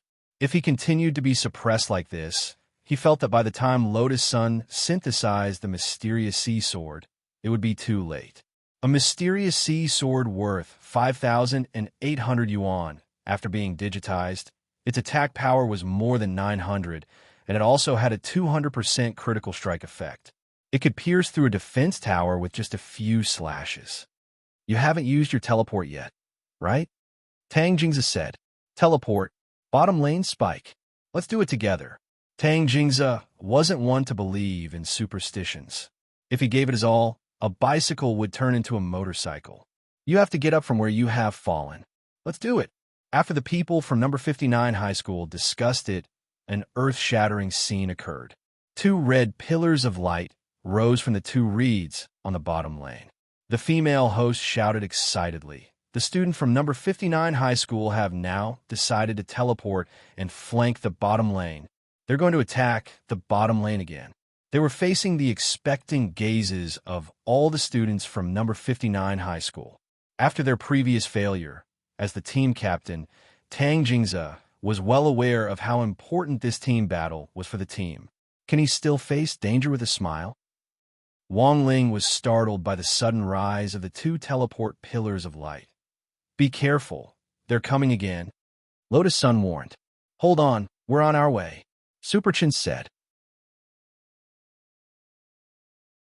"You didn't bring teleport. How are you going to hurry?" Master of Dopey was about to cry. In order to maintain their advantage in the lane earlier, Lotus Sun and Super Chun hadn't brought teleport, and had both chosen to use the Ignite skill. Feather Lin, on the other hand, had brought Flash. Looking at the 2 healers in his and Wang Ling's hands, Hirogwa's cheeks streamed with tears. With their skill configuration, they completely lacked the ability to provide support. The teleport channeling bar was very short, and Tang Jingze, Fang Huaqing, and the Liang family's 3rd young master appeared in the bottom lane almost instantly. They planned to cross the tower and attack Wang Ling and Hirogwa. "Brothers, let's talk this over. Can't you hold back?" Given the current situation, Hirogwa could only think of a way to stall for time. "Sorry, brother. Our principle is that if we can fight, we try not to talk." Tang Jingze wouldn't give this chance. He pointed his white sword at Wang Ling, already unable to hold back his thirst. "Kill this pretty boy first, then kill the birdman inside." Wang Ling, Hirogwa also understood what he meant and felt insulted. F***K. Just because he had a parrot, he gave himself the nickname Birdman. Saying that, the 5 of them stood up, their white swords shining brightly in their hands as they prepared to vent the anger in their chests. They stepped forward and hacked fiercely, intending to boost number 59 high school's morale. Now that everyone was digitalized, they didn't have to worry at all about hacking someone to death. Even if they were cut, they wouldn't feel any pain. At most, they would lose an HP bar, and after their HP bar was empty, they could continue the resurrection countdown at the base. Tang Jingze had been stifled badly these past few days. Now that he had finally found an opportunity in the game, he naturally wouldn't let Wang Ling off so easily. They could lose the team battle, but Wang Ling had to die. Feeling this resentment, Wang Ling couldn't help sighing in his heart. Why did they have to target him? He was just an innocent support. Faced with the 5 people's attacks, Hirogwa didn't have Wang Ling's indifferent mental fortitude, and in his shock, he opened his mouth and screamed wildly. F asterisk asterisk K. Support, brothers and sisters. Where's the support? Help! His hysterical cries for help made Tang Jingzi feel much better. This was an experience that could only be experienced in the game. In reality, it was illegal to raise a knife to kill someone. But even so, the 5 people's killing intent didn't diminish in the slightest. The purpose of this teleportation was to take their heads. Whether it was Hero Guo or Wang Ling, both of them were destined to die. Just as the 5 of them jumped into the turret's attack range and were about to leap over it to attack, 3 people suddenly emerged from the reeds behind them.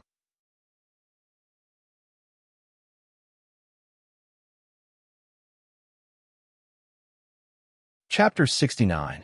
Tang Jingzi knew that none of the people from number 60 high school could teleport.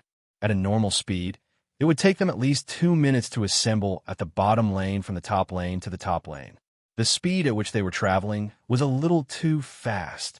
Looking at the 3 people who had suddenly jumped out of the underbrush, the leaders on the rostrum were also baffled. This speed of support was really too terrifying. Why are they all here? Standing on the edge of the defense tower's attack range, Feng Huaqing trembled as he raised his white sword. They bought shoes. Shoes? No matter how fast they move, it can't be this ridiculous, right? Tang Jingzi swiftly opened the equipment bar, and the scene in front of him almost made him kneel down. Name, reporter's boots. Type, functional magic treasure. Quality, excellent. Gold coins, 600. Description. These are running shoes personally made by the MO Mage family and specially designed to commemorate our reporter comrades. Wearing these shoes will allow you to break through human limits and rush to your teammates in need of support. With these shoes, we would like to express our blessings to the reporters who have been rushing around the world all these years, always wanting to create big news. Everyone couldn't help falling into deep thought as they watched the director change the image. The breeze in Cultivator's Canyon blew over the reeds, sending a chill down their spines. Lotus Sun, Super Chun, and Featherlin had already emerged from behind the tower, intending to flank them from the front and back. Tang Jingzi simply wanted to break the white sword in his hand. What the F asterisk asterisk K were they going to do?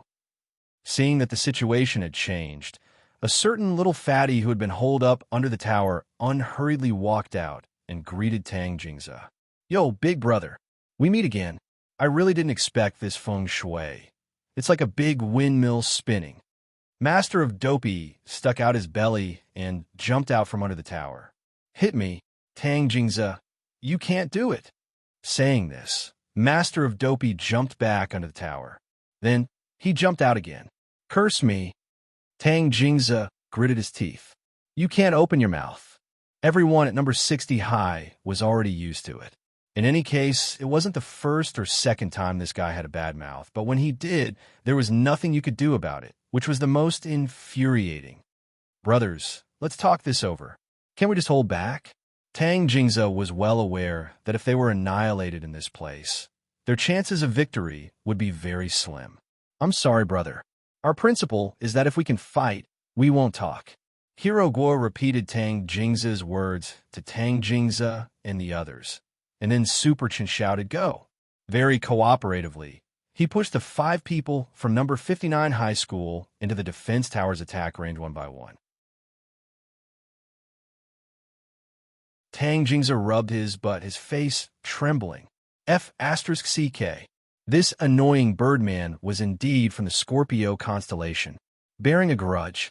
And then, there was no then, given the disparity in equipment and the defense tower's attack. The people from number 59 high school simply didn't have the strength to resist. First kill, double kill, triple kill, quadruple kill, 5 kills.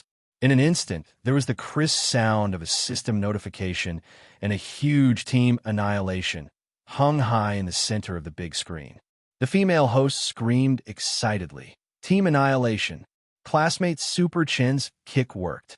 Classmate Hero Guo and classmate Wang Ling's seduction was very successful. Classmate Lotus Sun got a pentakill. Pentakill. At that moment, classmate Lotus Sun raised her sword high, as if she was possessed by a soul. At that moment, she represented number 60 high school's fine tradition. She wasn't fighting alone. She wasn't alone. Number 59 high school students collectively covered their faces. F***K. Home ground battle. This was too embarrassing. Director CS sighed. They've already done very well, but it's very obvious that the students from number 60 high school are much more flexible with their magic treasures. This shows that they're very adaptable. And most importantly, I didn't expect this group of kids to know how to use an advanced team tactic like one-wave attack. Headmaster Chun. I didn't expect Director Xie to have studied team tactics. This comes from Team Tactician God, Ye's Guide to Glory. I'm just applying what I learned. Director Xie smiled shyly and looked tenderly at Old Antique. Teacher Wang is the expert in this area. Old Antique smiled bashfully. Honey, you flatter me. I'm just a dabbler. Headmaster Chun, Headmaster Jean, and Director, sure. That's enough with you shameless couple. 38 minutes into the match, the economic gap in the field had already reached nearly 10,000. Everyone from number 60 high school had 4 or 5 pieces of equipment, and they were just a little short of combining their big magic swords into spirit swords. In the end, in consideration of the impact of the two schools, Lotus Sun, Hirogwa, and Super Chun had all run out to deliver a wave of friendly kills so that number 59 high school wouldn't lose so badly. But even so, the gap in head count was still insurmountable, 12-3. The outcome of this match was already very clear. On the rostrum, Headmaster Jin's expression was very solemn. This was a showdown between the elites of the two schools. In this kind of team battle, given the economic gap, there was no way for number 60 high school to turn the tables unless a miracle happened. Headmaster Jean heaved a long sigh. AI, we lost. Headmaster Chun and Headmaster Jean had the same relationship as Director Shi and Director Xie. They had been enemies for many years. It could be said that Ajwa was well aware of the ins and outs of these two fellow disciples who had graduated from 7-star sect back then. Seeing Headmaster Jean sigh, Headmaster Chun, as the senior brother, also felt a little complicated. He couldn't tell whether he was happy or sad, but he immediately comforted him telepathically. Junior brother, it's okay. The most important thing is to participate. Friendship first, competition second. Senior brother, remember when we had a duel with swords on Mount Malin and Witching Peak back then, and I lost? This time, it was a duel between us students. I never thought I'd lose to you again. AI. In the end, fate makes fools of people. It's just a game. There are always unpredictable variables in a team battle. This bunch of kids from number 59 high school didn't give up until the very last moment. Their unyielding spirit is a little like yours. The students from number 60 high school aren't bad either. They're very adaptable and resilient. The cunning and shrewdness in their bones, they're just like senior brother. Haha, junior brother, you flatter me. Senior brother, let's discuss something. Go ahead.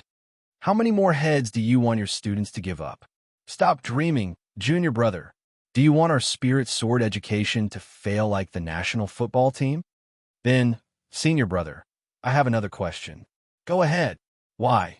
Why isn't spirit swords used in the spirit sword exchange meet?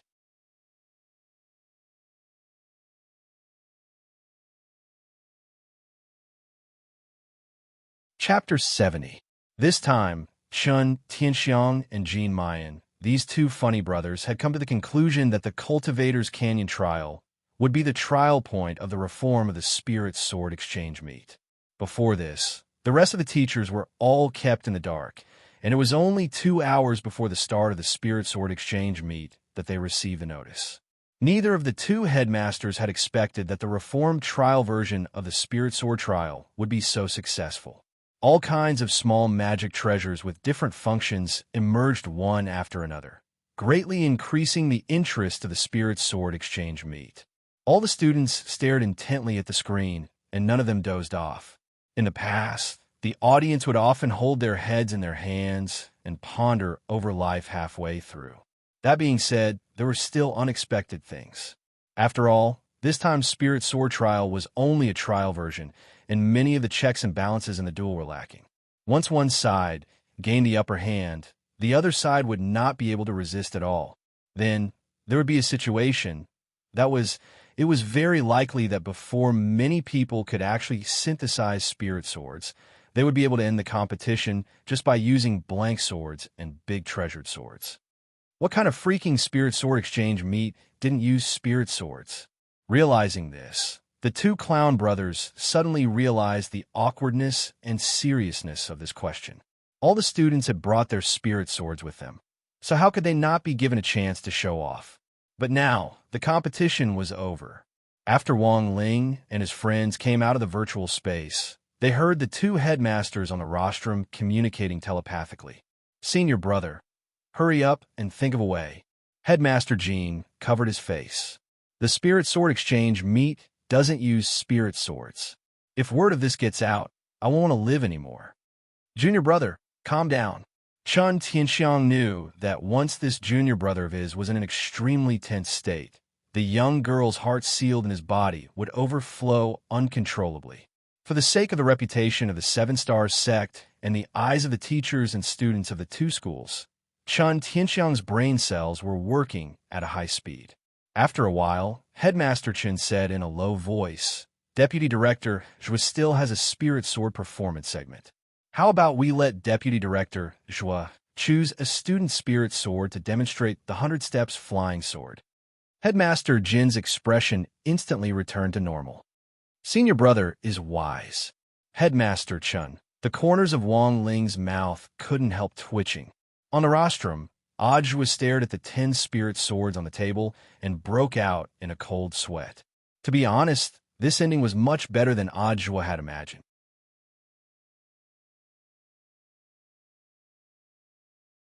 He really didn't know how to use the sky-parting sword, but he could still accept the 100 Steps flying sword. Whether or not Ajwa could successfully complete the performance now depended entirely on his compatibility with the 10 spirit swords. One had to know that these spirit swords all had masters. Completely obeying a stranger's words was a huge test of Ajwa's sword-riding ability as well as a certain level of courage. As the deputy director of the general administration of 100 schools, he would lose a lot of face if he made a mistake at this stage. I didn't expect the rules to be changed this time. I wanted to use this opportunity to show off Wang Ming and Wang Ji. Below the stage, Feather Lin sighed. "Looks like Little Feather's sword control technique has improved a lot." Lotus Sun smiled. "Of course.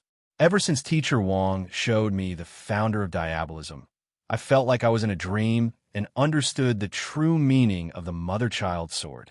What true essence?" Hero Guo raised his eyebrows. "The combination of the two bastards is invincible.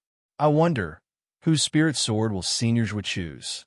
Ajwa's gaze moved back and forth between the 10 spirit swords. Lotus Sun's mysterious sea sword had already given birth to a sword spirit. It would be impossible for him to control it in the short term. He didn't even want to touch Feather Lin's mother-child sword. It was already difficult to control an unfamiliar spirit sword to begin with, and this mother-child sword was enough to kill him. The remaining spirit swords were Super Chen's Strength Chow, Hero Guo's Ghost Tooth, Tang Jing's Blue Blood, Feng Huaqing's Zhanpa, and the Liang family's Climbing Dragon Sword series. Wang Ling's gaze followed Ajwa's. Given the 1 in 10 chance, it shouldn't be Jinka, right? Then he picked up the only small wooden sword on the stage. "It's up to you." Wang Ling. Ajwa naturally had his own reasons for choosing Jinka. First, this sword looked the most harmless and non-threatening, and looked very easy to control. Second, the owner of this sword was Wang Ling. Ajwa thought that this was a hint. Holding Jinka in his hand, Ajwa secretly made up his mind to perform well. If he could show off Shifu's spirit sword well, Shifu might be happy. "Happy your sister. Also, who the F***K is your Shifu? Don't force me to be your disciple. Hey." Wang Ling rubbed the space between his eyebrows, feeling a headache coming on. Now, he just hoped that Jinka could restrain its strength in the hands of a stranger. It absolutely couldn't go berserk. Otherwise, with this sword, everyone here would have to move to another city to live in. Although Wang Ling sounded a little exaggerated, this was indeed an indisputable fact. Jinka was indeed a small wooden sword, but there was no doubt about its lethality. Back when he had entered the gate between worlds to save Old Li, Wang Ling had used Jinka to chop off the head of a demon god. After being irrigated with the blood of the demon god, Jinka had been tempered to an unprecedented level. It was also from then on that Jinka, like Wang Ling, was unable to suppress the primordial power in its body. The saying that a spirit sword was like its master wasn't without reason. Next, let us invite teacher Ajwa, Deputy Director of the General Administration of 100 Schools, to give everyone a wonderful performance of the 100 Steps Flying Sword. Seeing that Ajwa had chosen the spirit sword, the female host gave a loud shout. Holding Jinka in his hand, Ajwa slowly walked to the center of the sports field amid thunderous applause. On the rostrum, Sun Dakong frowned. Is the owner of this sword that student Wang Ling? Next to him, Headmaster Chen didn't know why the old secretary was suddenly asking, but he still answered, yes, it's Wang Ling's student. Wang Ling's family is relatively poor, and our school is preparing to organize a home visit and raise funds for assistance. The old secretary nodded in satisfaction. Well done. No matter how poor we are, we can't be poor in education. We should let every student feel the love and concern of the school and society so that they can grow up healthily. Next to him, the headmasters, directors, and lead teachers of the two schools couldn't help nodding. Secretary Sun is right.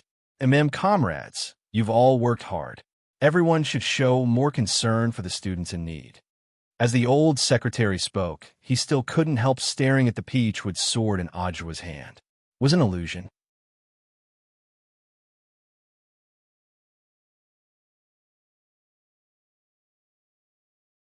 Chapter 71. It could only be said that the old secretary was indeed the old secretary. As the most senior and the most unfathomable senior present, the old secretary still relied on his many years of experience and unfathomable realm to vaguely detect something unusual about this small wooden sword. But Wang Ling didn't have to worry about this old secretary noticing anything. Looking into Ajwa's memories, he had already read the old secretary's background very clearly.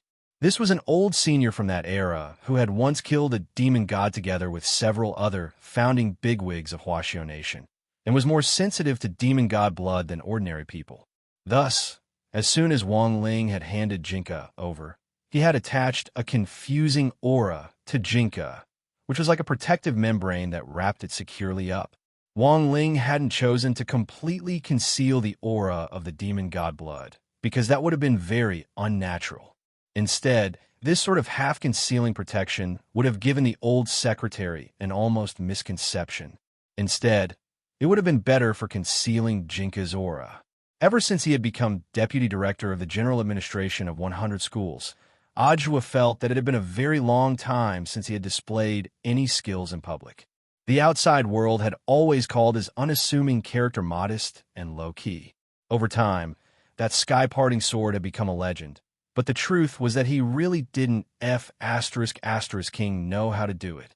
Thus, Ajwa's mood had been very complicated when he had been invited to attend the Spirit Sword Exchange meet between his alma mater, number 60 High School, and number 59 High School.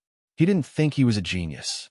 Even when he had advanced to the Golden Core stage, he had inadvertently fallen into a sinkhole and eaten a spirit fruit by mistake when he had been studying agriculture in his second year of high school. It could be said that Ajwa's life was full of all kinds of lucky coincidences and dramas. For example, that inexplicable demon rampage 6 years ago, or that killer maiden who had been arrested yesterday. Who the hell knew how he had taken credit for all these things? In any case, Ajwa had always felt that ever since he had entered number 60 high school, if he wasn't winning without doing anything, then he was on the road to winning without doing anything. Number 60 high school was a place as magical as Bright Longevity Village. Ajwa stood in the middle of the sports field.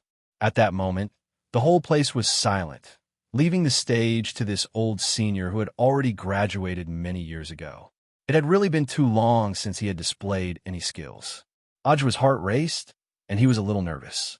Ever since he had started working, Ajua's chances of coming into contact with spirit swords had plummeted like a drop-off machine in an amusement park. He now knew that he needed to find the right feeling, which was an important part of establishing a rapport with the unfamiliar spirit sword in a short period of time. Theoretically speaking, the 100 Steps Flying Sword was much simpler than the Sky Parting Sword. But for high school students who had yet to come into contact with advanced spirit sword courses, this was still a difficult skill that could only be watched by onlookers. Since it was a high-difficulty skill, there was still a possibility of failure. In front of thousands of eyes, Ajua raised Jinka and did 23 backflips in a row plus 3 Thomas spins, causing everyone's eyes to follow his figure as he wandered back and forth in the air. The blade of Jinka's sword scraped against the air, leaving a long trail of spirit light in its wake, giving the whole scene a different kind of beauty. What an amazing opening!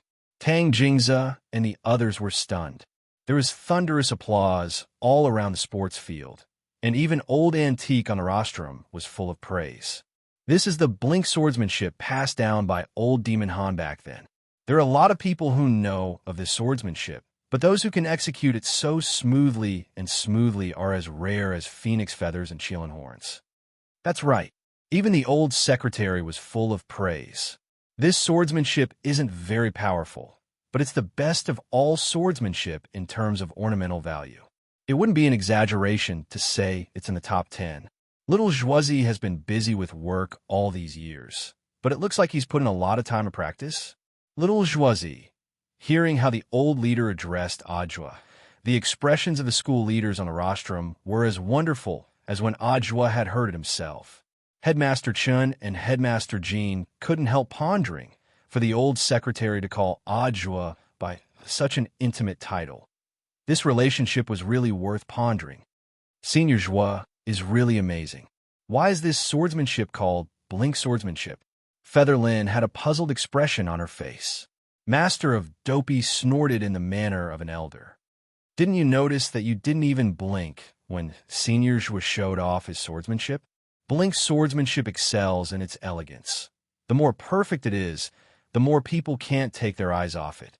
During the Battle of Sherman back then, cultivators who were proficient in swordsmanship on the battlefield used this most basic swordsmanship to confuse the enemy's line of sight and coordinate with the army's attack. I see. When everyone heard this, they all looked like they were suddenly enlightened. After a simple dance with Jinka, Ajwa secretly breathed a sigh of relief. Judging from the loudness of the applause, Ajwa felt that his opening performance could be considered a success. After all, he had been competing in swordsmanship with blink swordsmanship every day since he went to university, and he was even more familiar with it than radio gymnastics and eye exercises. Even though he had been so busy all these years and rarely had time to touch a spirit sword, Ajwa would still occasionally find time to practice it. But the opening performance wasn't much. The performance had just begun. Ajwa took a deep breath. Next up was the 100 Steps Flying Sword. At that moment, a target had already been set up 200 meters away from the center of the sports field. The target was only the size of a bowl, and for many foundation establishment students, this was already completely out of their field of vision. They could only release their spiritual senses to sense the rough outline of the object. This target is too small. It's a lot more difficult. Director Xie exclaimed on the rostrum. Headmaster Jean smiled slightly. Legend has it that General Yi's 100 Steps Flying Sword can stab a grain of rice from 1,000 meters away. All the leaders and teachers on the rostrum, including the female host, said the same thing in their hearts in unison. F***K. This is too abnormal. This was a godly technique which a certain swordsman had used to assassinate an ancient tyrant and had been passed down through the annals of history. General Yi had perfected the idea and theoretical framework of this swordsmanship based on history. In the end, it turned out that this legendary godly technique wasn't as complicated as imagined. If the 100 Steps Flying Sword had a difficulty rating of 6 stars, it would barely pass at best. Ajwa had long since memorized the theoretical knowledge of the 100 Steps flying sword during his university days, but after putting it into practice at that time, he remembered that his success rate had only been a little over 60%. This was a swordsmanship that was a huge test of technique, timing, and explosive power. "Please don't drop the ball." Ajwa cheered himself on his heart, then raised his sword fingers and slowly swept them across Jinka's blade, aiming at the bowl that was 200 meters away. Deep blue spirit energy was attached to Jinka's brown-yellow blade. Then, he saw it from a distance. Jinka was trembling violently, like Urkong's uncontrollable hands. Not good. His intuition told him that Jinka was very repulsed by this unfamiliar spirit energy and was about to go berserk. And there were two ways Jinka would go berserk. The first was that Jinka would produce near-destructive power, and the sword waves within a radius of 10,000 li would cause a powerful earthquake. But this could almost be ruled out, because if it really happened, Wang Ling's eyelid warning system would have automatically gone into a ghostly state long ago. Then, if the first possibility was ruled out, there was only the second one left. Wang Ling covered his eyes, having a feeling that something painful was about to happen. Ajwa never expected Jinka to reject his spirit energy so much. Usually, the best way to deal with a spirit sword's rejection was to slash at the air to dissipate the spirit energy attached to the sword. Ajwa had done the same. But this hadn't been able to stop Jinka from going berserk. The moment Ajwa slashed down with his sword, whoosh, on the rostrum, the old secretary, who had been sitting peacefully in his seat, was inexplicably pulled out by a powerful gravitational force, and his pants were directly wrapped around by the blade of the sword and directly ripped to shreds. Then, two gigantic legs were revealed, hairy legs, before anyone could react. This inexplicable gravitational fluctuation had already subsided. Then, everyone was horrified to find that the old secretary's two legs were firmly wrapped around Ajwa's shoulders. His leg hair, which was as thick as Long John's, danced in the breeze. Wang Ling was speechless at this scene. You're tuning into the Romance Rendezvous YouTube channel. We're so grateful for your support, and don't forget to subscribe to join us on this incredible journey through captivating stories. Your generosity through donations truly makes a world of difference, as it's the primary source of revenue that allows me to expand and enhance this channel for you. Thank you from the bottom of my heart for being a part of this adventure.